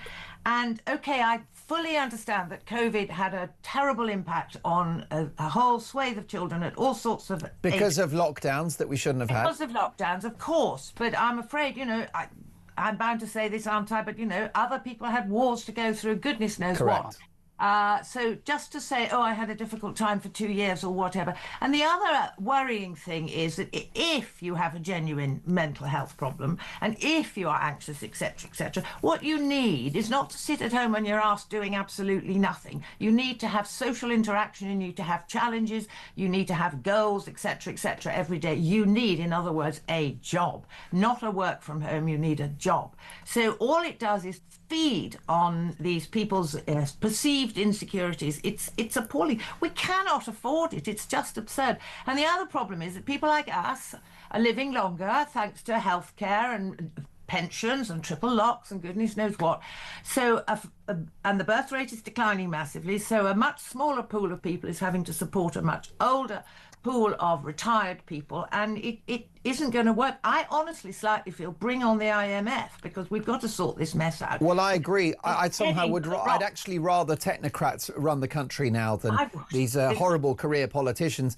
Neil, fury as the number of illegal immigrants claiming to be modern slaves in order to stay in Britain has skyrocketed by 250% in the last 4 years. The Sun on Sunday understands that there's one particular case, Neil, and this is a sex attacker who claimed to be a modern slavery victim moments before boarding a deportation flight. He was allowed off the plane and his removal was delayed. This is a horrible scam and another reason why my viewers and listeners are so angry about the mockery that's being made of this country. Well, of course, this was another disastrous act of the last Conservative government, the Modern Slavery Act. It's one of Theresa May's palsied legacies that she's left behind, along with net zero. Without this Modern Slavery Act, none of these claims would work. It should be repealed as a top priority of the next government once we've got rid of this ghastly one.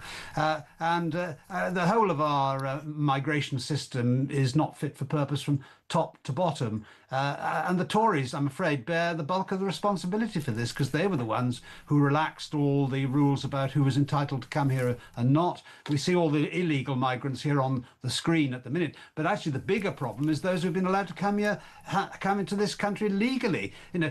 Under the Tories, I mean, nearly 3 million people were added to our population, and of those, only 17% were actually working in what we might call normal full-time employment.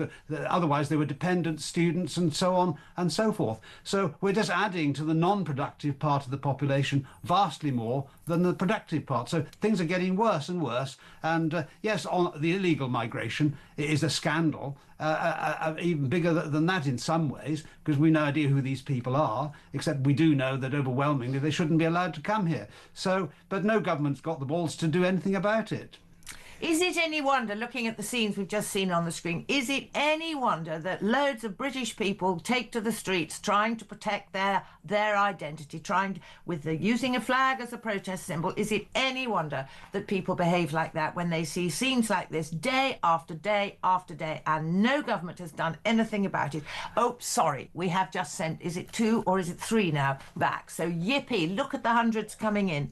Is it any wonder that people are at boiling point? Well, this is the stuff of revolutions, isn't it? Because when people feel they're not represented by their elected representatives, then they will take to the streets. And this is something which is very foreign to the political culture in the United Kingdom. But look across the Channel, of course, to France and other countries which have had real revolutions, you can begin to understand why things like that do happen. You know, our Parliament has completely failed to represent the concerns and fears of ordinary people in this country in their tens of millions, and none of the major parties is representing them even now. So that explains the rise of reform. Of course, there's a kind of anguished cry on the part of people who see no hope anywhere else, but there are plenty of people who even see no hope in the Reform Party and will take to the streets. I think it's a very frightening prospect, and one which is very much to be avoided if we can. But the only way you can avoid it is actually to address the concerns of ordinary people, not to ignore them, and still less to insult them as far-right extremists and so on. Stay with us, Neil and Christine. On ID cards, or digital ID, which the government are considering rolling out shortly, Deborah says, Mark, ID cards are a must for our security going forward.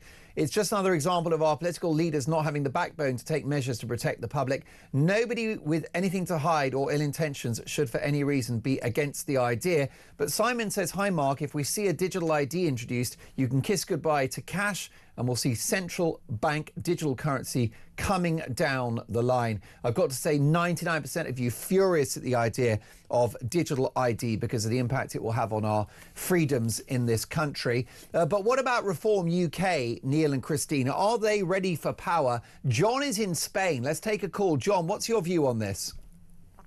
Yeah, I think they are. This country is finished under the two-party system, or call it the three-party system, the Lib Lab Compact. Country needs change. None of the major parties are prepared to change. None of them want to leave the ECHR, repeal the Human Rights Act. None of them want to get rid of immigration.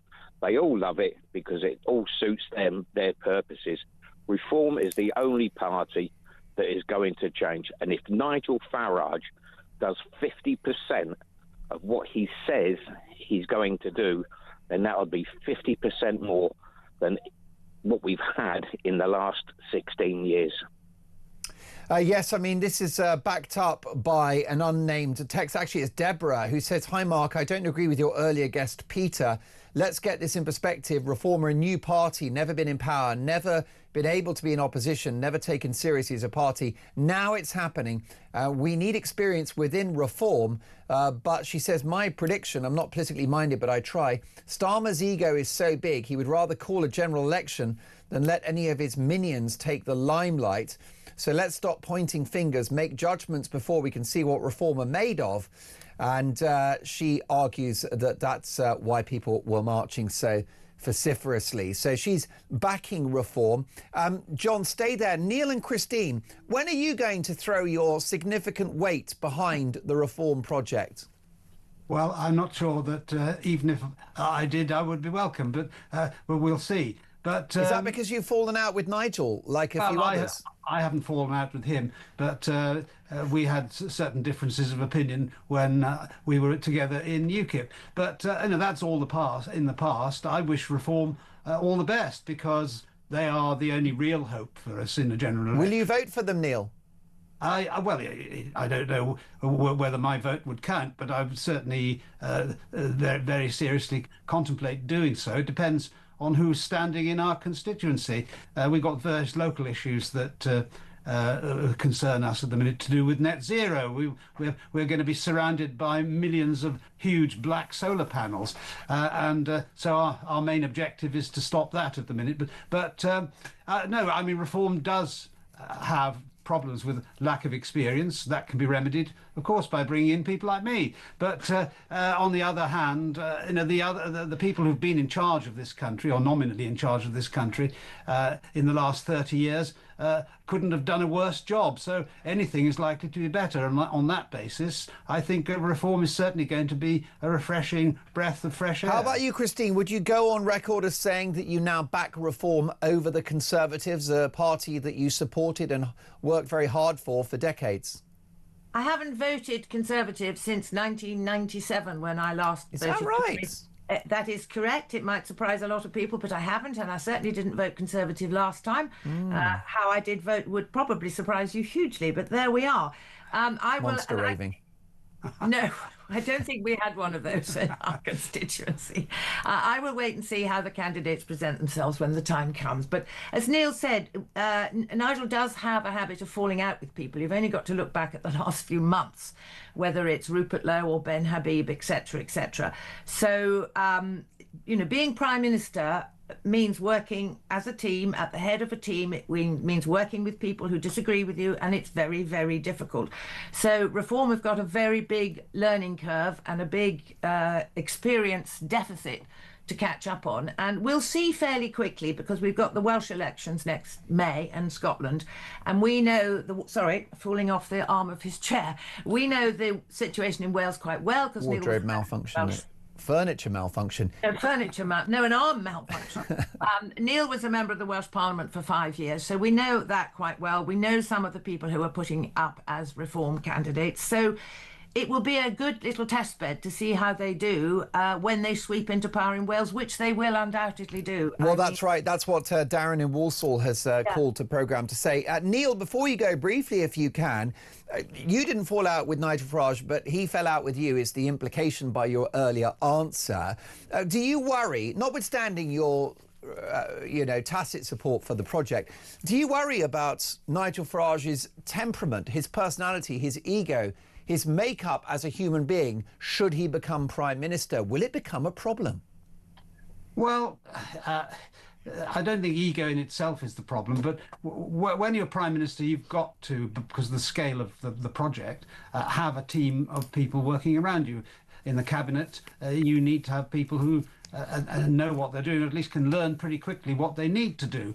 And you can't, although as Prime Minister you are the leader, and you've got to have a big ego to be a success, in my opinion, in politics. Anyway, I don't think the ego is so much the problem. It's the desire to work as part of a team rather than just to be a kind of Donald Trump figurehead above everybody else. In the American system, that works because he is the head of the government and elected in his own right. We have a parliamentary system, which is a very, very different kettle of fish. So maybe Nigel will grow into the job. As I say, he couldn't do worse than his immediate predecessors, and so I wish him all the best in that. And he's, at the moment, the only credible force to give us hope for the future. It's time for a shake-up. It really is time for a shake-up. The old parties are tired. They have done this country no service at all. They've done them a positive disservice over the last, this century, basically. So a shake-up is called for. Neil, what a thrill to have you. There'll be no shake-up when it comes to our friendship. Neil and Christine Hamilton, what a brilliant conversation. Please come back and see us soon. And I know you had a bit of a late night last night, so thank you for taking one for the team and coming on air to entertain and inform our audience. Well, it's a brilliant question about Nigel Farage. First of all, are Reform UK ready for government? And secondly, is his personality and his tendency to fall out with other high-profile figures going to be a problem if he wins power? I'll be asking one of the leading lights of the Reform project next.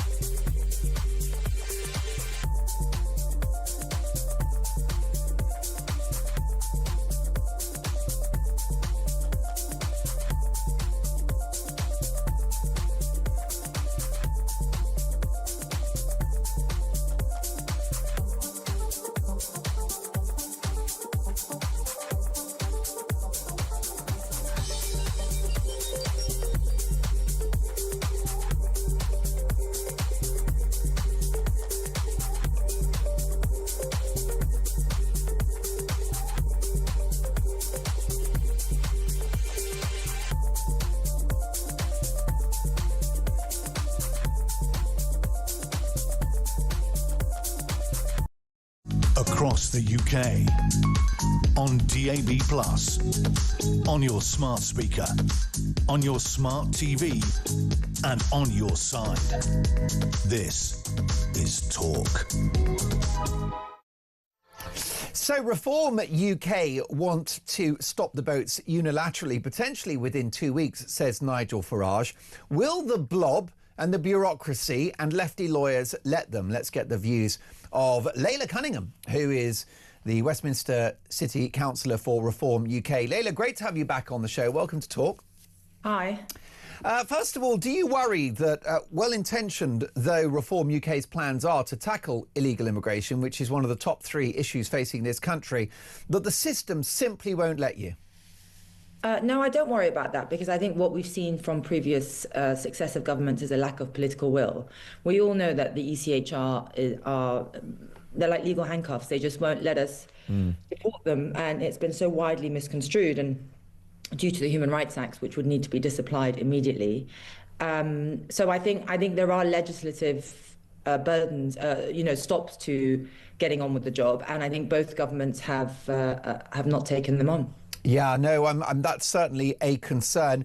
And my viewers and listeners are furious about this latest story. Fury as number of illegal immigrants claiming to be modern slaves in order to stay in Britain has rocketed by 250%, with a sex attacker managing to avoid a deportation flight because he decided he'd been a victim of modern slavery just moments before the flight was due to take off.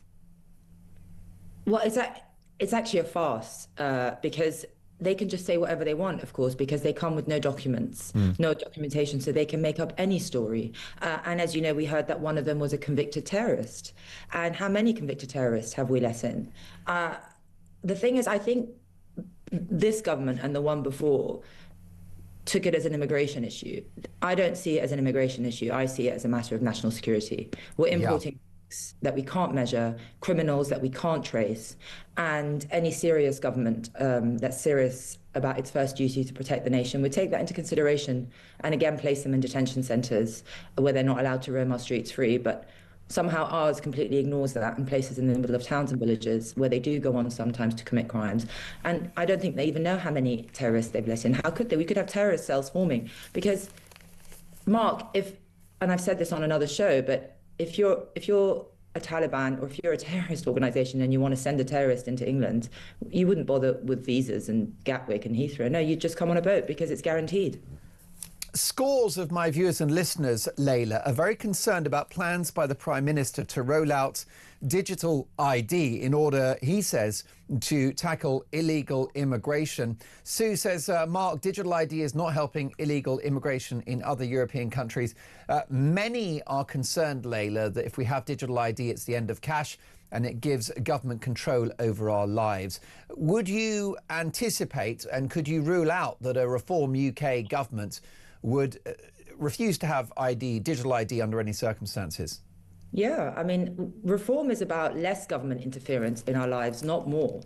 There's no way that we would want, I mean, I say no way, this is from where we stand now. You better check with Nigel, Layla. Yeah. Do you want to WhatsApp him? My personal opinion, and I think it probably is Nigel's. I haven't spoken to him about this, but from what the conversations I've had with him, reform is all about less government in your life. It's about the government leaving you alone to get on with your life and being there should you need it. That's it. It's not more encroachment, more digital IDs is mad. No, we do not want digital IDs. I'm glad to hear it. I'm glad to hear it. Well, listen, I look forward to sort of following that up with other figures from Reform UK, but it would appear to be on brand to reject the idea. Something else that's on brand, though, Layla, is a perception that Nigel Farage is an extraordinarily gifted communicator. He's popular because his supporters feel heard, and that's many millions of people, which is why I think you will win the next election.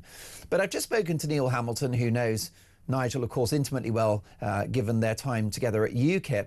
And tellingly, Neil Hamilton said that he didn't fall out with Nigel Farage, but that Nigel Farage fell out with him. And Neil, of course, a very knowledgeable and decent guy and a very convivial personality. Do you worry that your boss's temperament, his personality, could be a problem when he's in number 10? I find these stories quite shocking, actually, because every time I've met Nigel, obviously, a lot. he's always very lovely and he listens and he takes ideas onto account. And you've seen there's so many people who are new to the party who are highlighted if they're good. It's a meritocracy in reform. And actually, the people in the back, the people on his team, the people really driving the machine of reform have been with him for decades. And there's a huge loyalty to him. And that loyalty stems from the fact that he is, I think, the only politician leading a party who is a conviction politician. You know what Nigel stands for. Like you said, you probably assumed that he doesn't stand for digital IDs, and I assume you're right. You know what he stands for, and I don't see that from any other leader. If you take it from first principles, you know that Nigel stands for whatever it takes to make Britain the best country it is, whereas you don't know that from other leaders. And that's where the loyalty stems from. I find him a great team player. Talk of a 2027 election, a story broken by the brilliant Theo Ushwood, one of the most respected political commentators in the country, who told me on this programme 1 hour ago that he anticipates a likely election in 2027. That's also the view of your boss Nigel Farage following his keynote speech at conference this year. But the honest truth for Reform UK is that you need the 4 years to tool up and prepare for power. You won't be ready this year or next, will you? You say that, but what were we polling a year ago? We were polling 5% or less. And now I think most of the polls put us higher than Labour and Conservative put together. We've got an amazing team in the background. We've got it's churning out policy, it's churning out ideas. We have the most incredible people contacting us to stand for us. We'll be ready.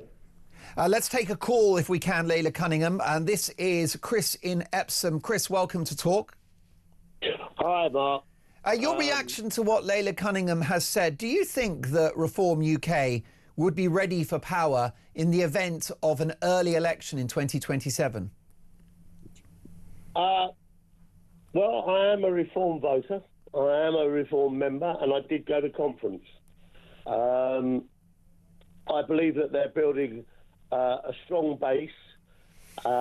They certainly will, as time goes by, they will become stronger and stronger in their infrastructure and their knowledge and experience.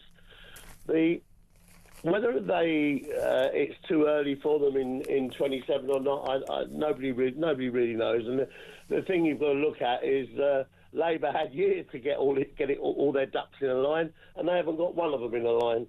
So I certainly wouldn't be worried about that. I wanted to talk about the elephant in the room, though, Mark. Go on. You were talking about immigration earlier, illegal immigration. They're not going to stop the boats, and everybody's concentration is there, and that's not where it needs to be at the moment. Yes, we need to stop it, but the big thing is the Boris wave that's coming. And that's the 3.8 million people that he allowed in during his reign.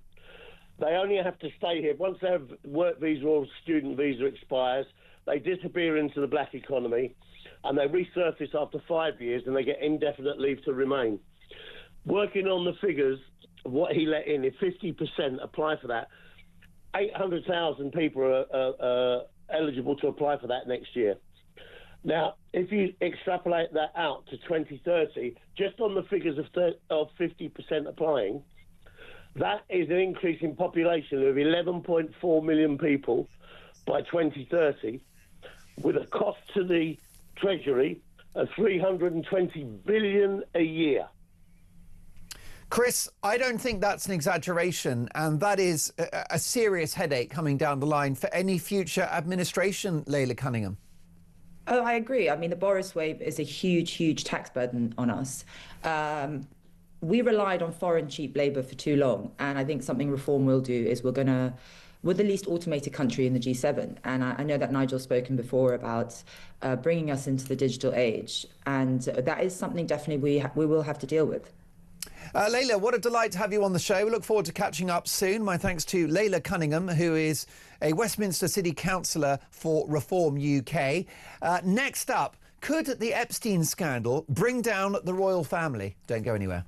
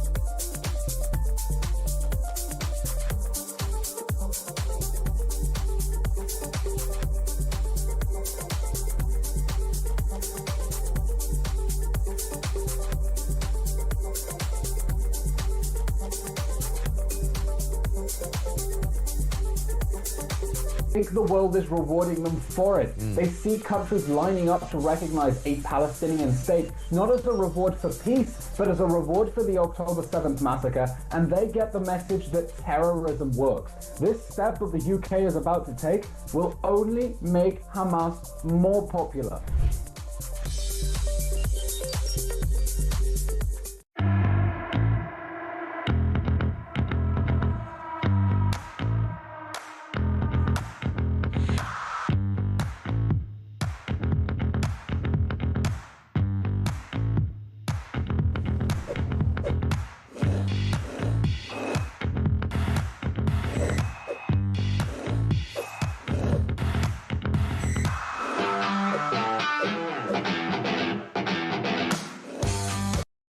Across the UK, on DAB+, on your smart speaker, on your smart TV, and on your side.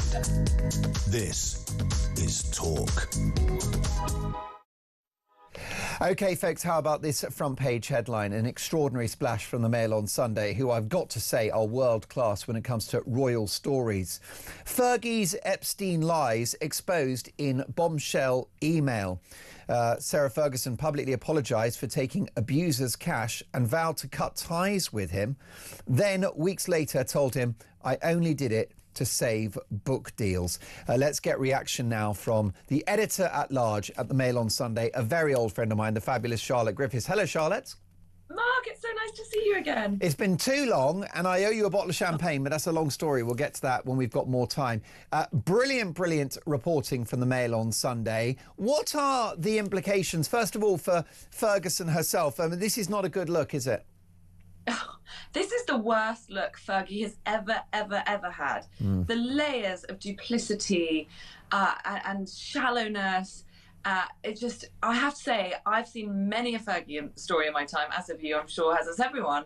And this is a new low.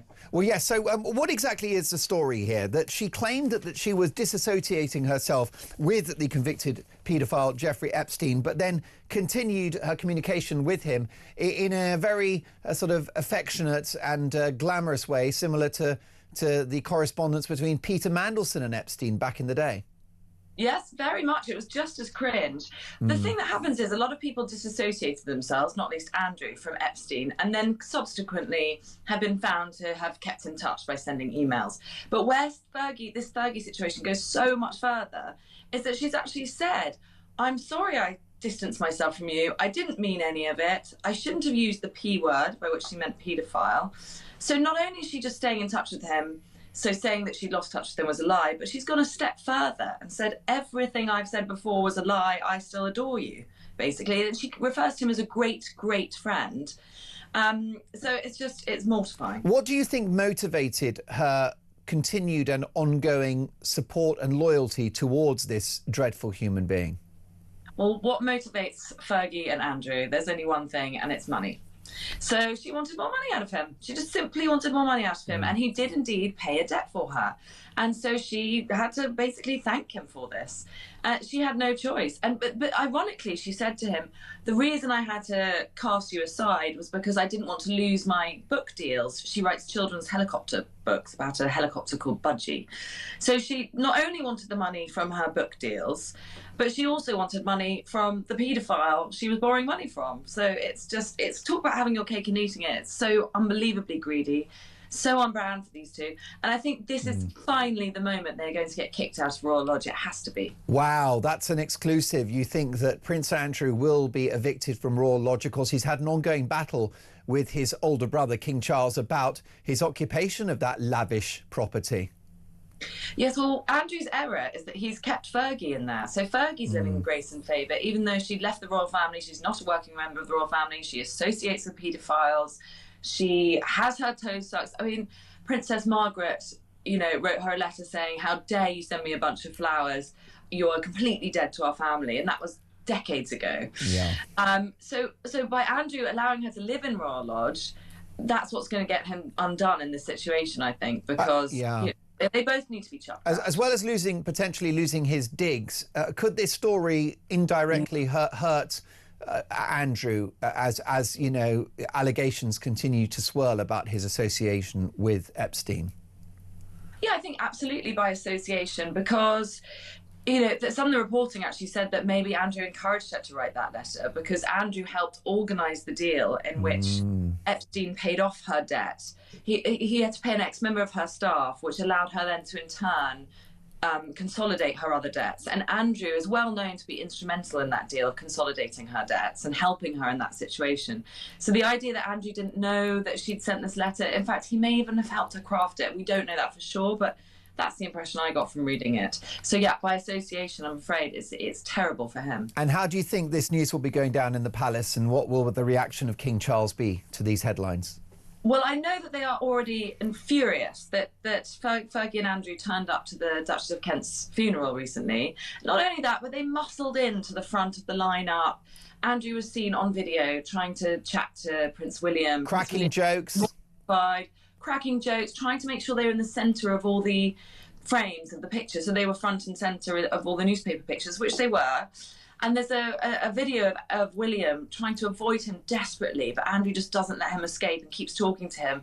William ends up sort of putting his hand on his nose and talking to him under his hand because he didn't even want to be seen he didn't want any lip syncing between him and his uncle. So then this has now happened a few days later, and they will be absolutely livid. They will indeed. Look, if you're just joining us, some very sad breaking news, which is the broadcaster and journalist John Stapleton has died at the age of 79. We'll be remembering his life and career as the day goes on, but a brilliant guy, a really, really great craftsman of the genre, and he'll be much missed by his family and viewers alike. Charlotte, before you go, let's have some positive news for the royal family. And the Donald Trump state visit appears to have been a triumph for absolutely everyone except perhaps Prince Harry. Well, yes, the Express has got a story about how Prince Harry and Meghan are furious because Trump and Charles got on so well. Clearly, Trump really likes William and actually kind of made a thinly veiled dig at Prince Harry when he gave the state banquet speech. And now there are reports that Charles and Camilla have been invited to the States for a return state visit. And, of course, the Express is reporting that the rumour mill over in Montecito in California is that Harry and Meghan are not very happy about this. Meghan famously dislikes Trump, and Trump has been very outspoken in his dislike of Harry and Meghan.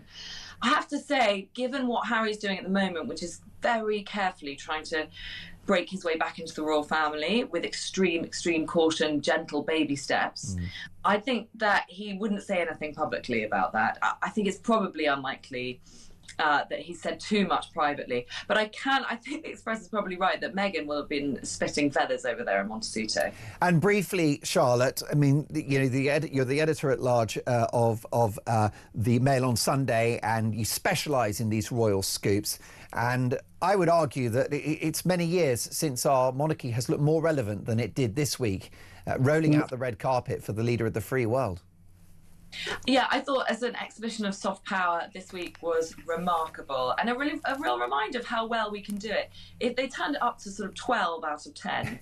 And I think that's actually what's required in the modern day. I think you cannot underplay a state visit because we're in the TikTok generation now. It's all about imagery. It's all about those flags. It's all about pictures and fast-moving different events. And they just did every single event it was possible to do, even right down to a doll's house that Camilla and Melania visited, or was it Kate and Melania?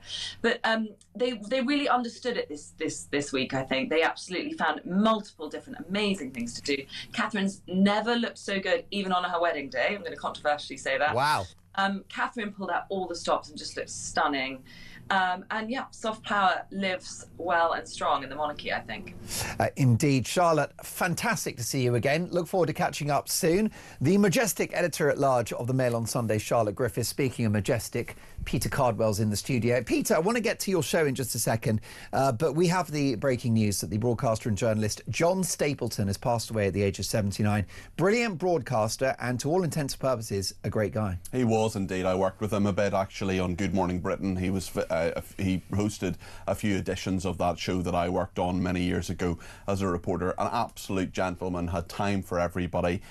a journalist of the old school as well. I mean, he came up through local papers. He was someone who worked on many, many high-profile programmes like Watchdog, for example. He co-presented that with his wife, Lynn Foldswood. She died 5 years ago. But really, it was breakfast television for what he'll be remembered. TVAM, GMTV, Daybreak, Good Morning Britain, all of those incarnations of ITV. He also had, for many years, presented a popular show in the mornings called The Time, The Place, which was a sort of discussion programme, and they used to fly around in a private jet right across Britain. And I remember he telling me about that and saying how much he enjoyed that. And he said he always thought sometime someone will find me out, you know, living this amazing lifestyle, going into these town halls.